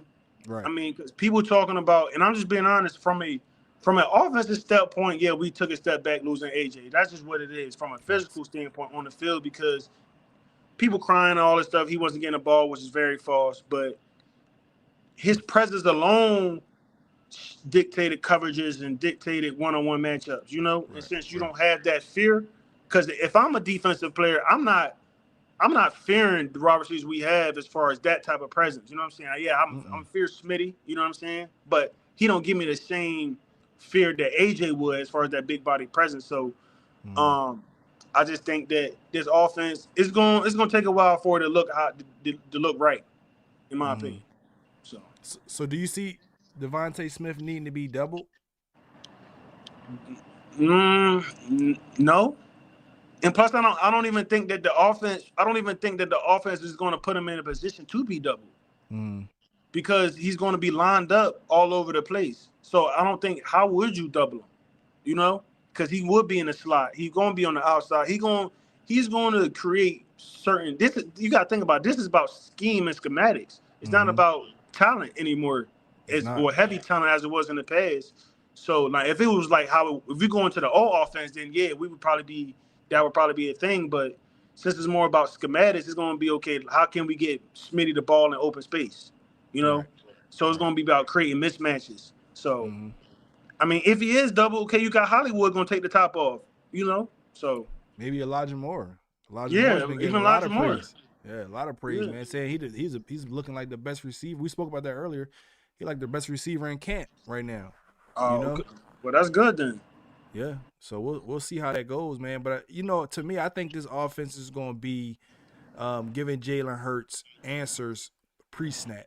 I think Yeah. that's what the Yes. focus is going to be. Yes. It's like you said, getting the ball out fast, getting it out early, but just giving him some answers before the snap even starts. So he can turn his back, to the defense for a second to run these play action passes and all that from being under center and stuff like that. Everybody's so concerned that he's not going to be able to run this scheme because he's going to have to turn his back to the ball and then to the defense and then turn back around and process fast. Everybody say he can't process, but I think they've seen that in a bad scheme. I think that he's going to do that this year. I see him doing that this year. And when they say that feels like an insult because I feel as though that you calling his IQ like low. That's what they do. That feels insulting. Like that feels insulting. Like I think that what's going to happen is like you said, the pass offense that we previously had, it didn't have answers. We didn't have gimme plays. We didn't have we got a DB that's playing 10 yards off. We could just run something quick, a quick sling, a quick hitch, a quick whatever. It's still a 5 or 6 yards. You know what I'm saying? It was always hard. It was always like trying to put a round peg through a square hole. Yeah. So facts. And now like with this offense, it give you answers. It give you like, okay, let's take what the defense give us for real. You know what I mean? And they gotta stop it. Coming and then with a run game on top of that, and then you gotta think because you know what the thing I've been loving hearing, the person I've been loving speak about the offense, Jordan Mailata. Jordan Mailata has been talking. He's like, yo, the run game is finally married to the pass game. Talk to me nice. You know what I'm saying? So that means okay, Saquon might run the ball 3 straight plays, and then guess what? He might throw it to him on the. You know what I'm saying? Mm-hmm. You might be expecting him to run the ball. The next thing you know, he catching a screen out the backfield, going 40, going 50, going 60 yards. Yeah. See, what I think? I think that it's about putting defenses in conflict, right? That's something I've been kind of talking about all week. I like the fact that this offense is going to put defenses in conflict. And how they're going to do that is they're going to show different looks out of the same look. Yes. Yeah, it's gonna be like it may be an I formation, it may be this, but we're gonna run different variations of each play.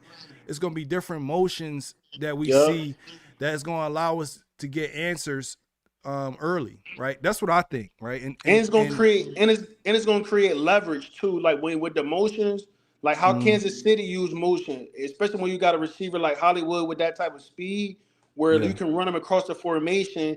And you got a defensive back trailing him, and now he's out in the flats for an easy 3-yard catch that turns into a 12-yard gain. Things of that nature. Things we haven't really seen since Shane Steichen has left. Like we haven't seen a motion where we got a wide receiver line up in motion. Now he going to the flats, easy catching a 3-yard pass and taking it up for 10 yards. We haven't seen that since he left. Like when this offense goes in motion, it's just like a wasted player. Because he just goes into motion, and what he does in the pass offense is trying to see what the defense is doing. Okay, are they in man or they're in zone? And that's pretty much all the motion was used for. It wasn't actually used to let's out leverage, like you said. Get answers. And put answers to put the defense in conflict. You know what I'm saying? So, because honestly speaking, Jahan should have been used a lot more in like tunnel screen, bubble screens, those short, he should have had 500-600 yards, in my opinion, over these past 2 years he was here. There's no reason why our wide receiver 3 has 200 yards receiving on the year or 300 yards, whatever the fuck it was. Like, that makes no sense. Yeah, man. I mean, I think it was just a scheme.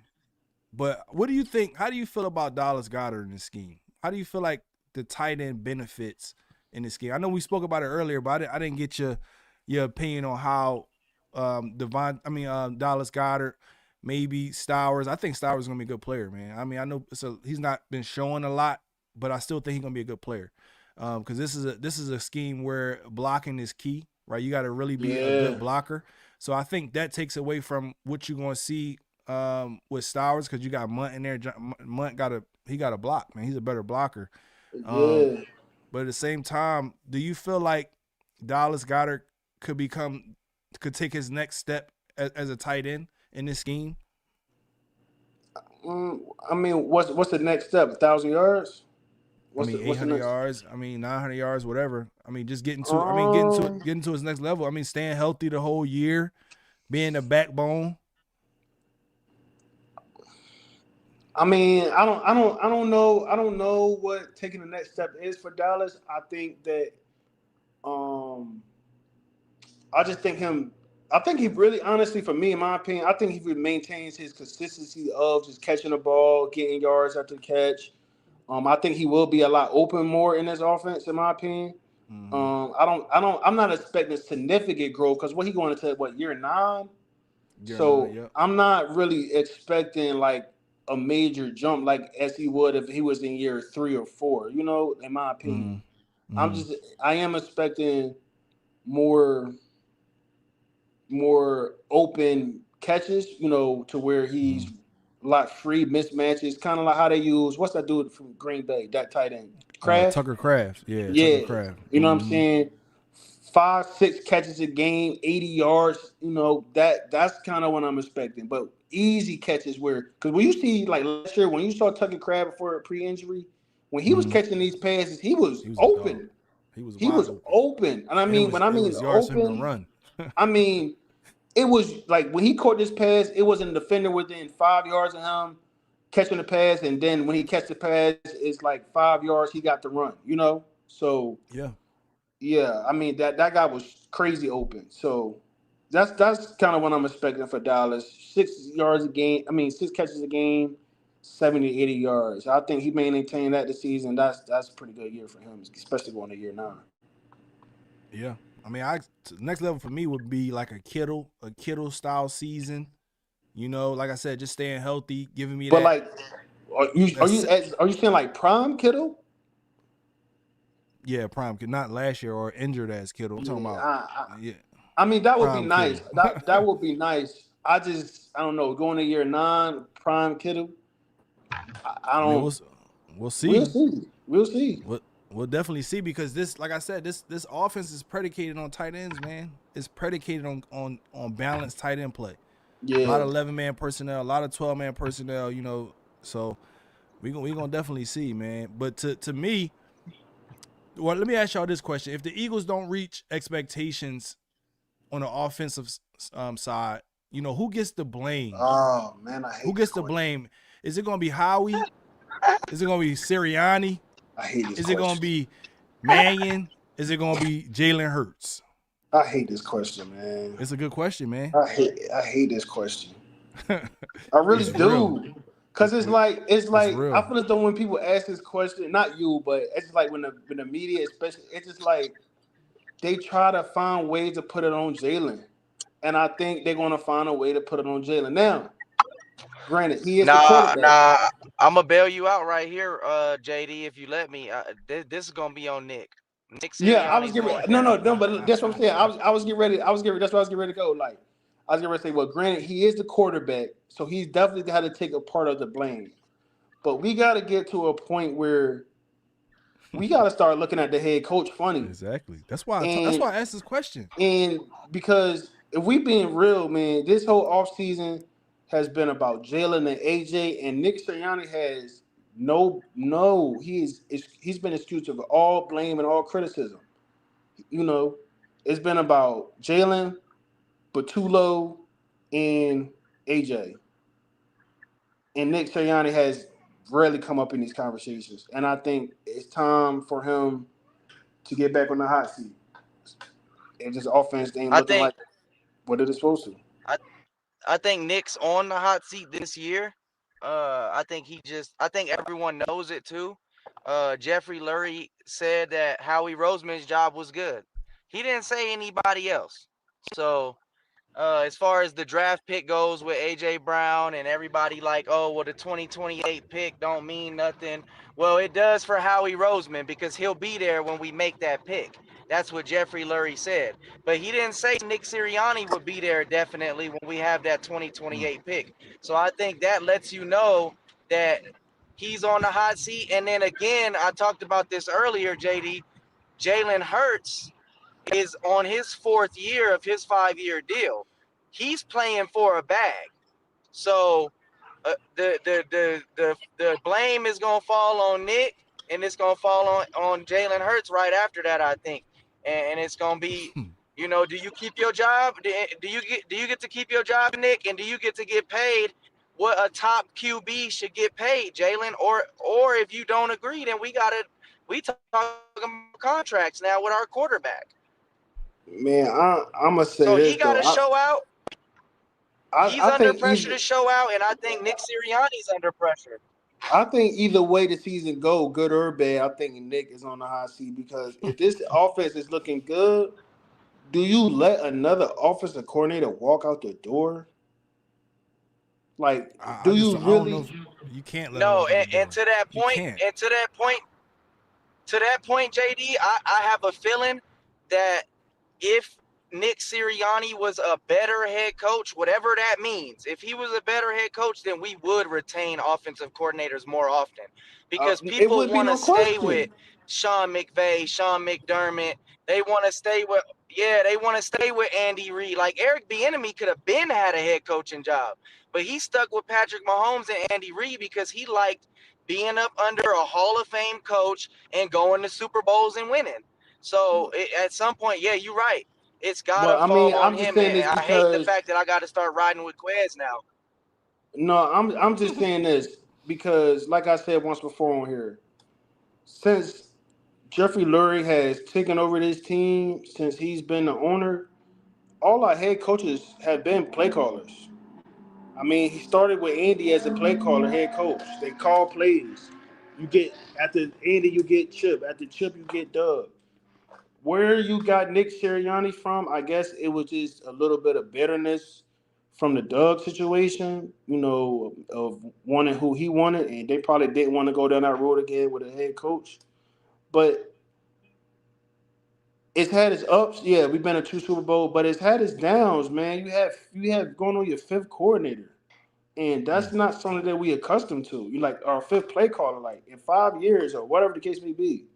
Like this is not a sustainable thing. And honestly, we're the only team that has defied the odds with this. Mm. Because and look around the NFL, right? Look at the teams that had new OCs or new play callers. Like look how they either went up or down, right?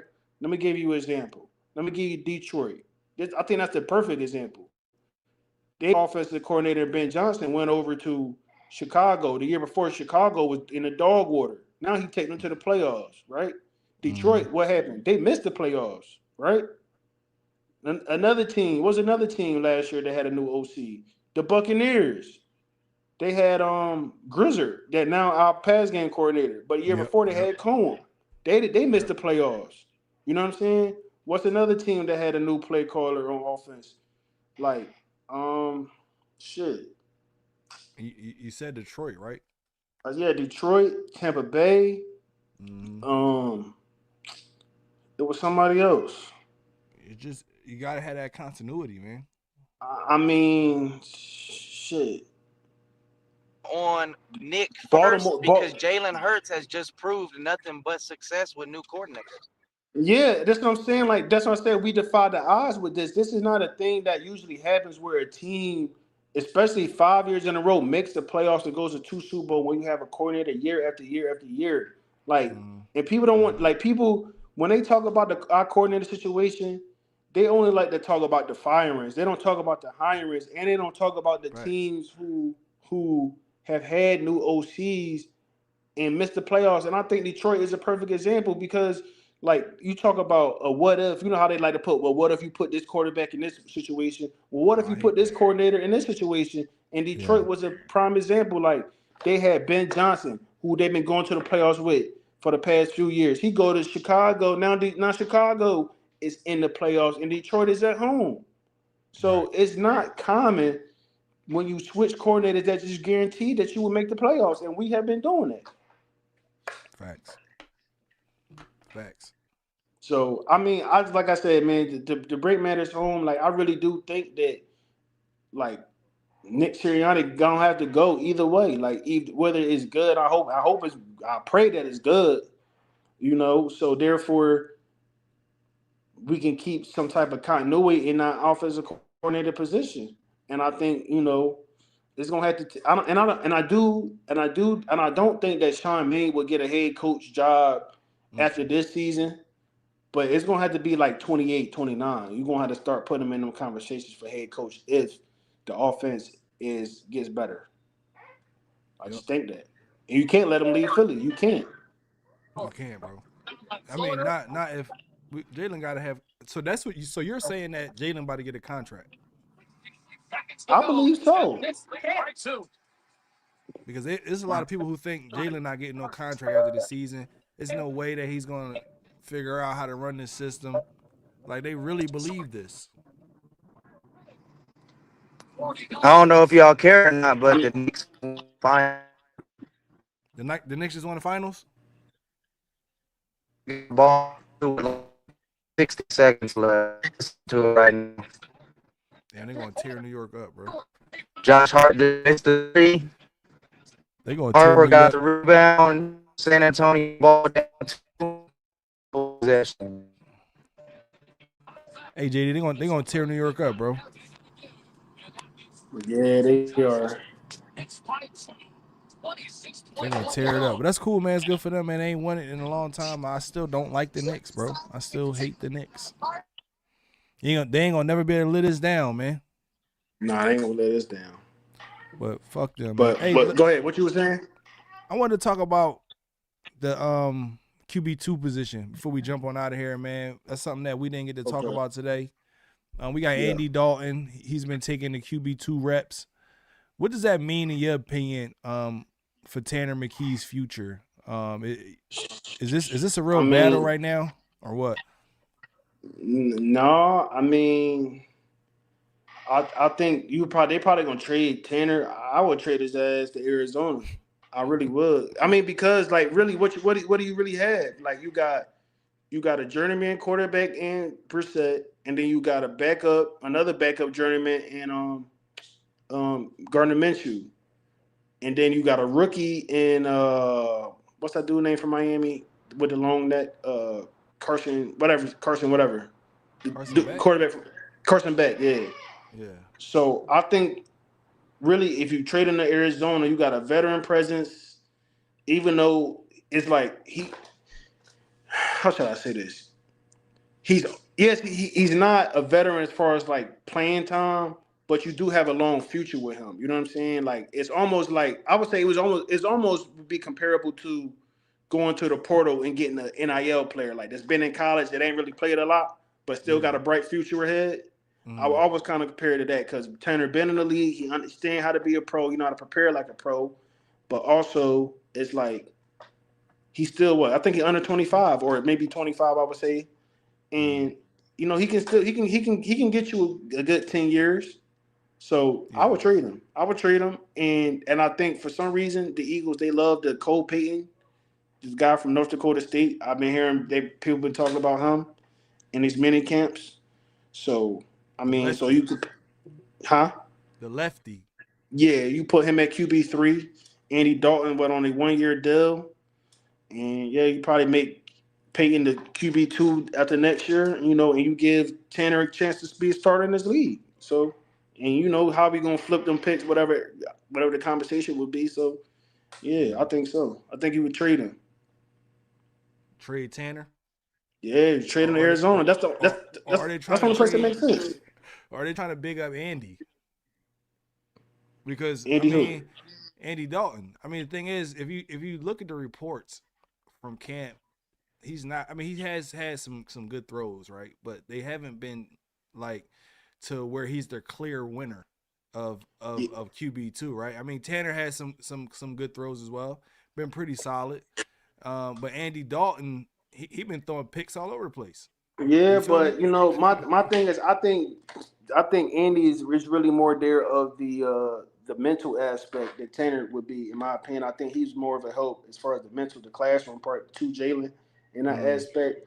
I don't think that Tanner can really do that because it's a new. I think that I don't even know if Andy's ran this system. Maybe he has in other places. I mean, he's been around the league now for a long time, so I'm pretty sure he has some familiarity with it. So from the classroom aspect, I think that's where he's valuable at, not so much on the field. But I mean, because Tanner can't help you out in the system because he's going on his 4th year, so he can't really help you out in the classroom, you know. In my opinion, because like I said, Andy's is a 14, 15 year veteran at this point. So I think you give Tanner a chance to play. I think he deserves to play, and I think he wants to play, and I think he wants a chance to compete and start in his league. And I think he has the ability to, and I think Arizona would give him that chance. Or you can send him to the Jets because they got Geno Smith. So, I mean, one of them two teams. But I think Arizona will be a better fit because they got an offensive coordinator, right? No, who's the head coach? I thought they got an offensive guy from Seattle, right? No, that's the guy from the Raiders. They got LaFleur. No, the Arizona, they got Matt LaFleur's little brother. Oh, man. I don't even know, bro. Yeah, so I think he came from somewhere. I can't forget where he came from. But, you give that coach and Tanner McKee a chance to grow. So I think Arizona will be a good fit. And they got some solid pieces, man. You got Marvin Harrison Jr., Michael Wilson, I think is the name. They got Jeremiah Love. So they got a young squad. Yeah. So, I would send them there. Give him a chance to compete to be a starter in this league. Why not? He's not gonna start over here, but hey, that's what I'm saying. That's what I'm saying. What's his worth then? What is he worth? Man, I think the Commanders game fucked him up last year. That's what I'm saying. He might be worth like people ain't trying to come off maybe a 4th or 5th round pick, maybe. Yeah, that's what I'm saying. A 4. I was gonna say a 4. Worse, a 4th. A 4. I think, man, a 4th. A 4th. But if he wins some games in Arizona, then it should be upgraded to a 3 or a 2. 6 and 28. We don't even know if he. How can we put anything on him? We don't even know if he's gonna start over there. Anywhere he go, he gonna have to battle. If he wins games, then it could be upgraded. Arizona though. You think he win a battle over there? Yeah, like come on, bro. I'll put him. I mean, if Jacoby, like his only real competition would be Brissett, and that's only because he has a little bit more experience. But I think he could beat out Minshew. I think he got more talent than Minshew. And he definitely going to beat out a rookie in Beck. You can put Beck on the damn practice squad. You can cut Gardner Minshew, and you can have Tanner battle for that QB1 position. Because you're not gonna give Jacoby Brissett a long-term deal. You might give him another 1-year deal, 2-year deal at the max. But if you sign Tanner, I would give him a 1-year deal and let Tanner be the future and then call it a day. That's how I look at it. Yeah. And then next year you can have Beck. Beck could be the QB2. Now you got 2 young QBs, and now you get rid of these old Brissett and Minshew. So I think Arizona's the perfect situation. I don't see another better situation in the NFL. I wouldn't send them to the Jets because that's a defensive-minded coach, and they got they got old boy from the Eagles as their OC. What's my man name? Frank Wright. We'll see, man. We'll see because Andy Dalton, he looking like that's who they want to go with. Yeah. Tanner. Are they setting it up that way? Yeah. But what I wanted to ask you a question though, real quick. How you liking about this running back too? This Tank Bigsby. That's who they've been talking about in minicamp. I think that he's gonna be one of the guys who gets more touches in this scheme. I think he's gonna benefit the most between him and Dallas Goedert. He need more touches, man. Like I said earlier, man, he had 68 touches last year, and he was averaging 5.8 yards a carry. Why not get this man the football? And then with this being a one-cut scheme, that's what I was going with it. This feeds right into his skill set. I mean, I think this feeds into his skill set more than it feeds into Saquon. Because Saquon said he like to move off 2 feet. So I don't know, man. I think Tank could really get 600 yards, 700 yards, man, if not more. I agree. I agree. I think this has a chance for a Tank because, I mean, this is a one cut, get up north or south type of running scheme. You know what I'm saying? Mm-hmm. It ain't it's no. Oh, I'm trying to make two people miss, and I'm trying to get No, the ain't whole no run. bouncing It's around. take what Ain't you no can bouncing get around and dancing. get them yards. Mm-hmm. Mm-hmm. And I know like people talk about the offensive line last year, but I don't. Me personally, I think I'm like I don't.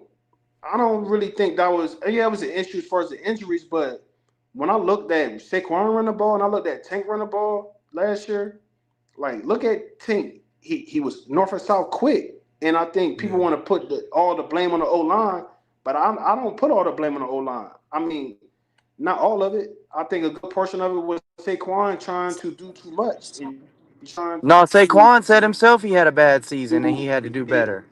trying to make people miss and not actually get north and south. And look at that Commanders game. Like Tank Bigsby scored on his first carry, I think. And was it? Yeah, when he first touched the ball, we entered the game. And even in the Giants game, the first one at home, we had Mm-hmm. 30-19. He got the first down. I mean, and if you look at this dude this year, he looked like a fucking cyborg, bro. Like, Yeah, like bro ready. bro, the Bro is Giants ready. game, he had 9 carries for 100 yards on 9 carries. Like that's like you can say the offensive line was banged up, but the running back wasn't running the ball. How he's supposed to run the ball? And that's just my opinion. Like I think Bigsby was north and south ASAP. He sticks his foot in the ground. He going north and south. I'm gonna Yeah. take these 3 yards, 5 yards, 7 yards, and I'm gonna live to see another day. Saquon looking to hit his head on the goalpost, and I Every think time. that's really was a bigger part of the running game than the O line, in my opinion. But I also think if they would have gave Tank the ball more, it would have offset some of that shit. It was like they just kept giving Saquon a ball, like, and it wasn't working, and we like, man, what the hell is going on? I think if we would have took some of those handoffs that we gave to Saquon, I know Saquon is Saquon, but last year, bro, I think Tank would have took us to a different place, bro. We would have just gave him the rock. That's what I'm saying. Like Tank was a good running back to get the ball because even when the offensive line was hurt or struggling, it's because he's looking just to get yards. He's not looking to score a touchdown. Saquon's looking to score a touchdown. He's looking Yep. to make a big play. Yep. And sometimes as a running back, you just doing too much. Just take the 3 yards in the cloud of dust. You know? I'm telling you. And there's nothing wrong with that. And that's why I really don't put all the blame on the O line. Nobody wants to talk about Saquon not running the ball how he's supposed to run the ball. And Yeah. that's how I see it. Because he ran the ball for 2,000 yards in 24 because the O line blocked. They got on the second level on linebackers, and all he had to do was make one guy miss, two guys miss, and he was off for 50, 60 yards. Like last year wasn't like that. Last year was these guys wasn't reaching their blocks. They wasn't getting a hat on the hat, and he was just trying to do too much with the ball. And Yeah. I mean, luckily he ended up 1,100 yards, 1,200 yards. Yeah, around that. Yeah, because he was on pace for like 700 or 800 at one time at the point of the year. So Yep. yeah, Knicks just I don't know. won. I think this definitely suits it suits us well because I think Green Bay had two-headed monster running back with what's his name? What's it? Jacobs. Jacobs, yeah. Mm-hmm. Jacobs and the other guy who gave us hell for Green Bay. Number 23. It might be him. It might be him now because is he? What's up with Josh Jacobs? He back now? Can y'all hear As far as me? I know what. Yeah, but remember in the Green Bay game they had that backup running back that they used to give us hell that we couldn't tackle. What was his name, bro? I can't remember his name. I think it was like number 20. No, it wasn't 23. 33, something like that. He was a backup running back. We couldn't tackle him in the game in Brazil and in the game in the playoffs. We couldn't tackle this dude. For who? That's what Tank Who we Bigsby talking gonna about? Mm, Can y'all hear me? it's about my yeah, I can hear you. It's about Who y'all talking about? No, not him. Lloyd, No, not Brooks? Lloyd. Who? Chris Brooks. No, I forgot his dude's name. For what team? He must played not for the live there. Yeah. Packers. Wilson. His last Nixon? name was Wilson. Wilson. Nixon? Oh, Wilson. No, Wilson. What's his last name? I don't His remember last who name was that Wilson. is. He was a backup running back. I don't remember that. Emmanuel Wilson? Yeah, him. Yeah, him. He was killing us? He was good. Yeah, he was. Josh He was. Jacobs, bro. Josh No, Jacobs I'm was talking killing about us the. too. No, Josh Jacobs was killing us too. I'm talking about, but when he came in the game, we couldn't tackle the backup running back neither. Yeah. Go back, look at them stats. Look at the stats of his carries when he played us. We couldn't tackle him. Hey, if you live in New York, go in the house. No, I don't live in New York. But I know they about to tear that place up, man. Yeah, it's about to be bad tonight. Everybody go home and go sleep if you live in New York. Yeah, but it just came through. Knicks are NBA champions. Damn. 45 points. Jalen Brunson killed them boys. Yeah, he was slaughtered them. That's wild. Hey, but did y'all see about all right, last thing? Go ahead. What you say? Yeah, this last thing. No, I'm saying what? So what? Real quick, what would you like to see in training camp to kind of let you know that the season, to kind of get the expectation? What, like, since training camp is up next, what's the, what you like? What positions, would you want to see? What players we looking at? What we expecting? I just want to see Lemon get reps and get timing down with Jalen Hurts. That's all I care about. Yeah.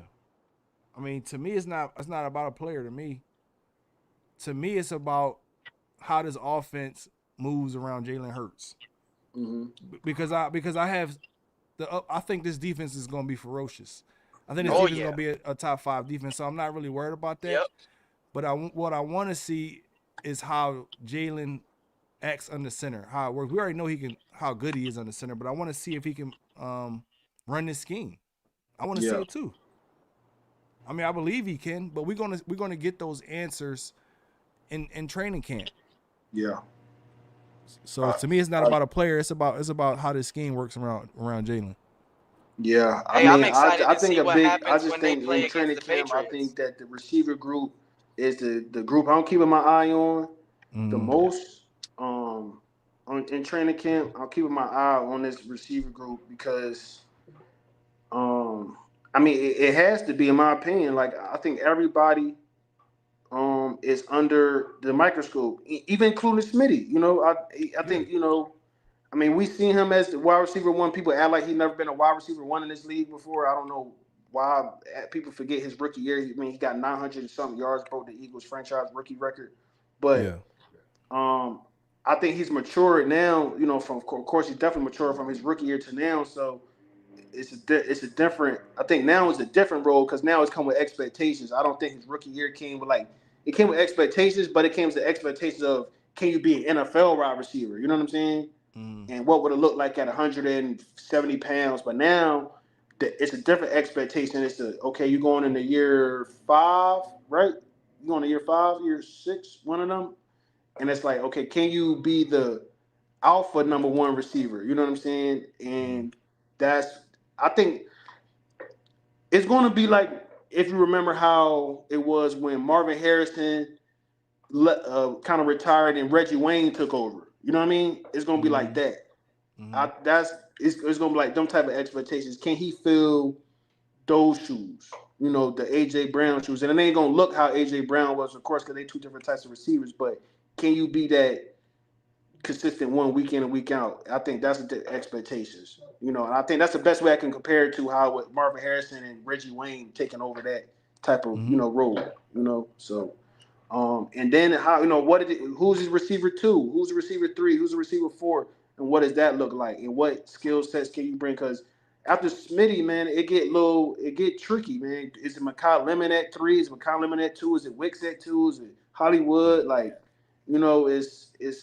where the question is at, man. So yeah. That's a fact. So I gotta keep my eye on that room. Gotta keep my eye on that receiver room. And I gotta keep my eye on this offensive line. I ain't worried about them. I ain't worried about them, bro. I'm worried about them. I need to know if they healthy. I ain't worried about them because I feel as though now they back, they fully recovered. Jurgens is recovered from his back. I think Landon is, he's coming back. I think Lane is coming back. Steen is coming back as a full-time starter for year 2, and I don't see no competition for him. I mean, who's the competition for right guard? So I think he has a full season as a starter. So I'm not. I know everybody talking about the O line and all this, but I'm not worried. I'm not worried. I'm not worried because I know they got the type of talent and type of the caliber of guys that they are. And I just think last year was just more of injuries than it was of talent. It was more. It's more of that. So, and now you have hopefully a competent OC that can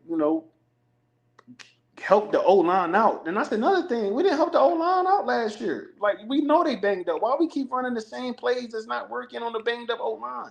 And that's why I can't blame the O line for them mishaps, because I watched San Francisco go through the same thing, and they still continue to win games. They found ways to help the O line out, whether they were struggling with injuries or whether they were struggling with depth or whether they were struggling with just blocking. So. Yeah. I mean, yeah, man. That's where I'm at with the O-line. They good in my book. I got it. The thing with me is just that we got this new O-line coach. You know what I mean? I don't know what we get in there. Dude on here earlier said that he ain't worth a damn. And I'm not gonna sit here and act like I know exactly that the players are responding to him. Yeah. Jalen said he's good. Everybody's saying he's good. But is he going to be as good as Stoutland? We can't expect that, that's though. That's the question. We can't expect that, though. We can't expect, because I think that's too much. That's too big of a shoes to fill. We got to expect him to be able to coach the guys to run the scheme that we trying to run. We can't expect Stoutland him to be Stoutland. Them big shoes to fill. He would never be that. I just think that as long as he coaches these guys to play in a position to where they can be successful, so where the offensive skill players can be successful, I think that's all we can ask for. And I'm not asking him to be Stoutland, because Stoutland toward a whole different scheme. He developed players in a way that's never really been seen before. I mean, he took a rugby player, for God knows sake, and turned him into an all-pro. He turned a first-round pick into a tackle from the Jets in McKee Becton, and turn him into a high level guard, win and get paid. You know what I'm saying? So I'm not expecting him to do that, but I am. And then he went somewhere else and was not as good as when he was right. That's what I'm saying. So I'm not right, exactly. And the thing, that's another thing too. People talk about injuries. He was injured in LA. So I mean, that's how I know that 24 season took a toll on the offensive line. But at the end of the day, like from Chris Cooper, whatever his name is, I'm just expecting this guy just to coach these guys up to run the plays we need to run. And I think that's all we can ask for going into year 1. Not him trying to be just Stoutland. I think that's people's downfall. Is like, that's all I hear. Can he be Stoutland? No, he can't. So we shouldn't expect it. Yeah, I agree.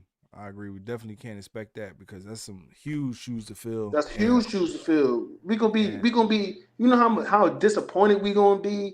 You know what I'm saying? We always gonna have a critique. Oh well, Stoutland did this. Stoutland, like if that's the case, we might as well get Jeff Stoutland back on the coaching staff. It don't seem like he coming back. So like, he can't come back. You're right though. It's not his scheme no more. And the fallout between them last year, it ain't gonna work.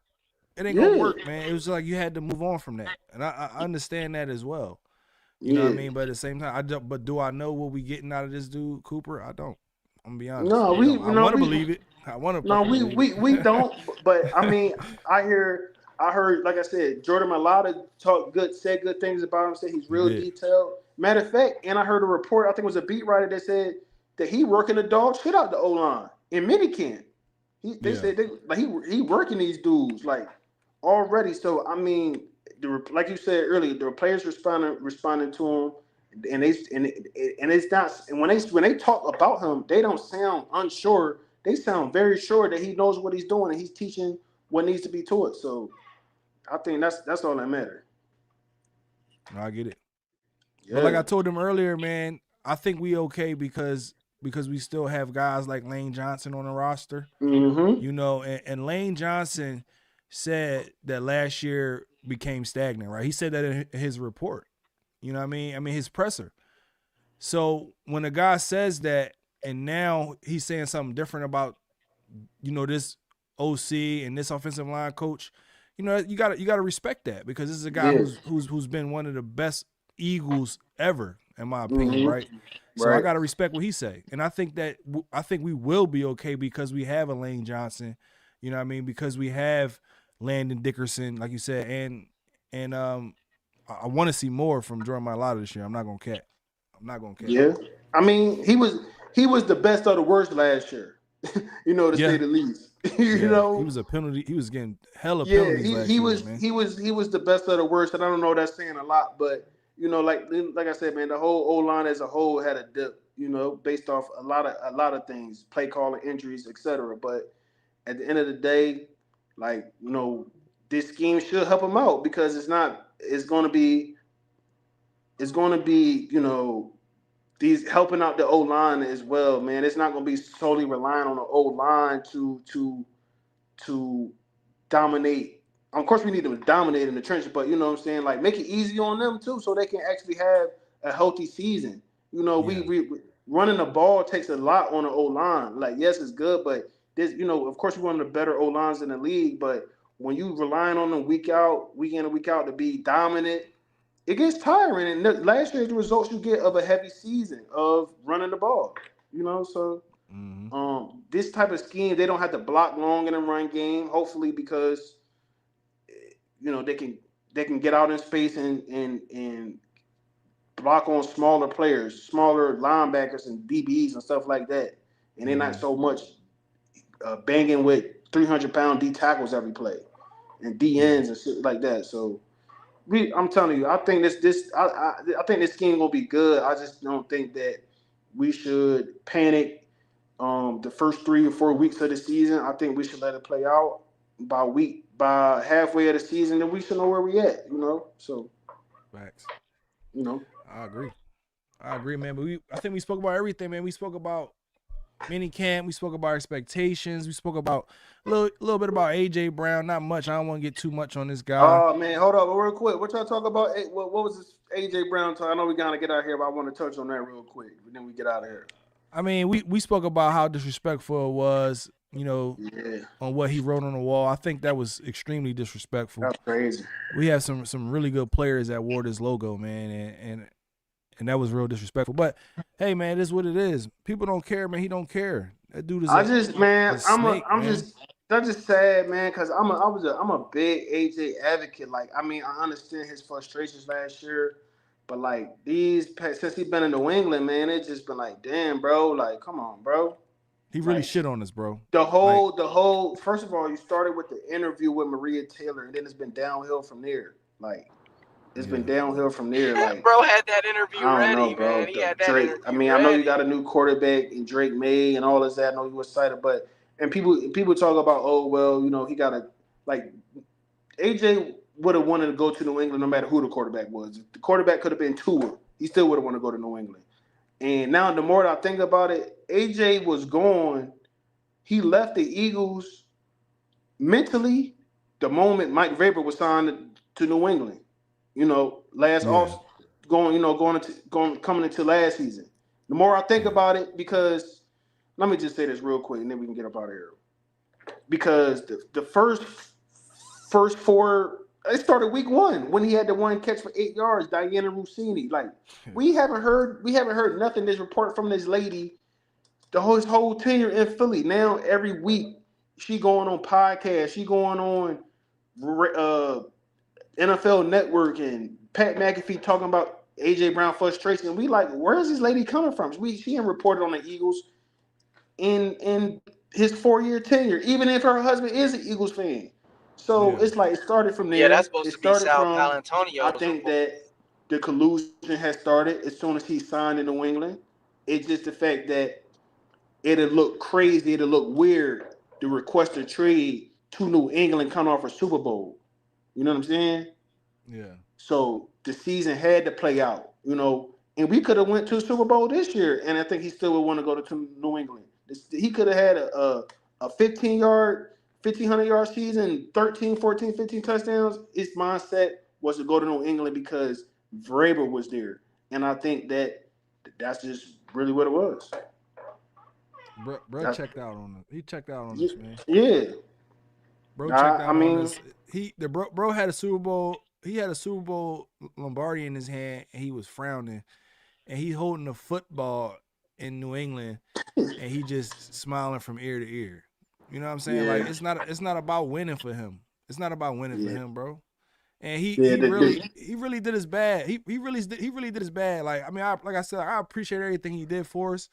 But bro really don't give a shit about us. Bro really did his bad. Like we 4-0 and you wanted to get traded, bro. Like that's like after the Tampa teammate. game. Now the Tampa game was bad. I mean, bro had 2 catches on 9 targets for 7 yards. I mean, that was quite ridiculous. And mind you, that game we didn't have any yards in the second half on offense. It was a bad game, and some of his targets was bad targets. Like, why are we throwing him the ball a screen pass and we got Smitty blocking for him? Like, I mean, it was some bad targets, and it was kind of like forcing the ball like so he can shut up or not complain, or we had to worry about him complaining. It was some. When you go look at that game, it was some bad targets. I can't even lie in his defense. But I would say like from that season, from the rest of the season on out, man, it was just downhill from there. It was just downhill. Like, and I guess a lot of people was right, man. We did try to defend it, we was bad play blind to calling, it. but it was a little bit of both, man. It was just him not really checking in and locking in mentally and just saying, look, man, I'm going to make the best of the situation. And, but my thing is this, bro. And he been talking like he left a poverty situation. And I'm an advocate, and I was a fan of AJ Brown. Like, bro, you didn't leave the Jets. You didn't leave the Dolphins. You didn't leave the Cardinals, bro. Like, think how many players in the NFL. And look at the top wide receivers in the NFL. Look at Jay Jettis. Look at Jamar Chase. Look at CeeDee Lamb. Like, they all had something to complain about in their tenure, whether it was contract, whether it was quarterback play, whether it was whatever. Because, all right, let me just walk this down real quick, and I'm gonna be done. Jamar Chase, right? He ain't been to the playoffs in 3 years, right? His quarterback ain't been healthy in like 2.5 years. That's something to complain about. And you had contract disputes. That's something to complain about. Jay Jettis, he was going into his last year, his contract, wondering if he was going to get it extended. Then you have had up and down quarterback play. And then last year, he had the worst quarterback play he could have had in his career. That's a lot to complain about. CeeDee Lamb, contract disputes. He held out in the minicamp, training camp. Your quarterback has been hurt. He was healthy last year, but the year before that, he was hurt. So all these top wide receivers have something that they complain about. A.J. Brown has had a healthy quarterback that has not missed significant time, has had a healthy Jalen Hurts. You never had to hold out for contract disputes.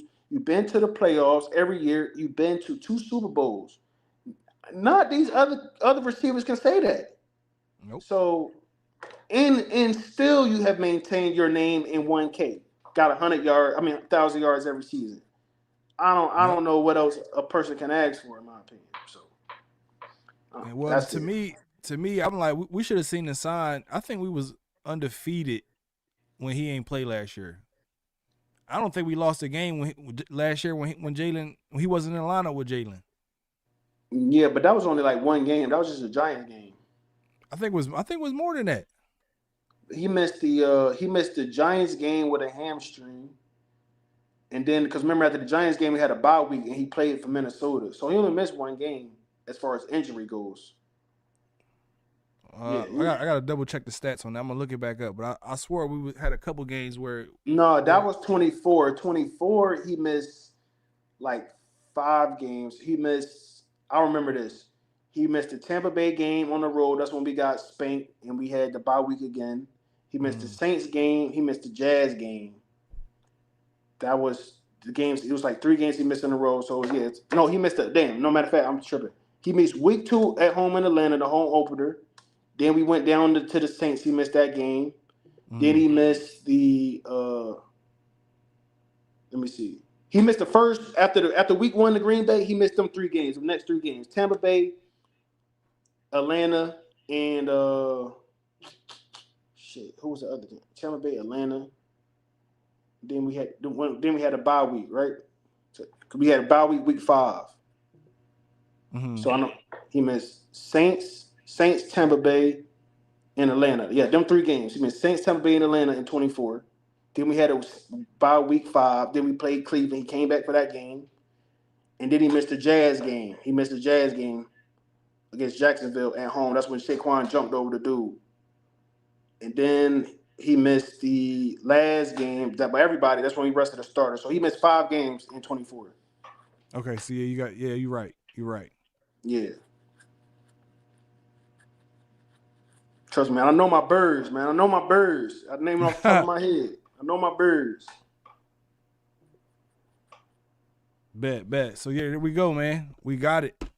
Hey, B, you got anything to say before we jump on out of here? Shoot, man, just be on the lookout for Howie Roseman to make a move. There's a couple little spots I think we still could get better. Right guard, safety. I think he still makes a move, man. I don't think we're done. And then the Tyreek Hill stuff, we ain't touch on that too much, but there's a rumor out there, and people are starting to bet I heard on it. about And, that. you know, there's some traction. There's some traction on that Tyreek Hill stuff. So, you know, we could be looking at Mekhi Lemon being a 3 and Elijah Moore and them dudes being traded or pushed out. I don't know. Just my last thing is just, you know, watch how he wrote in the next month. You know.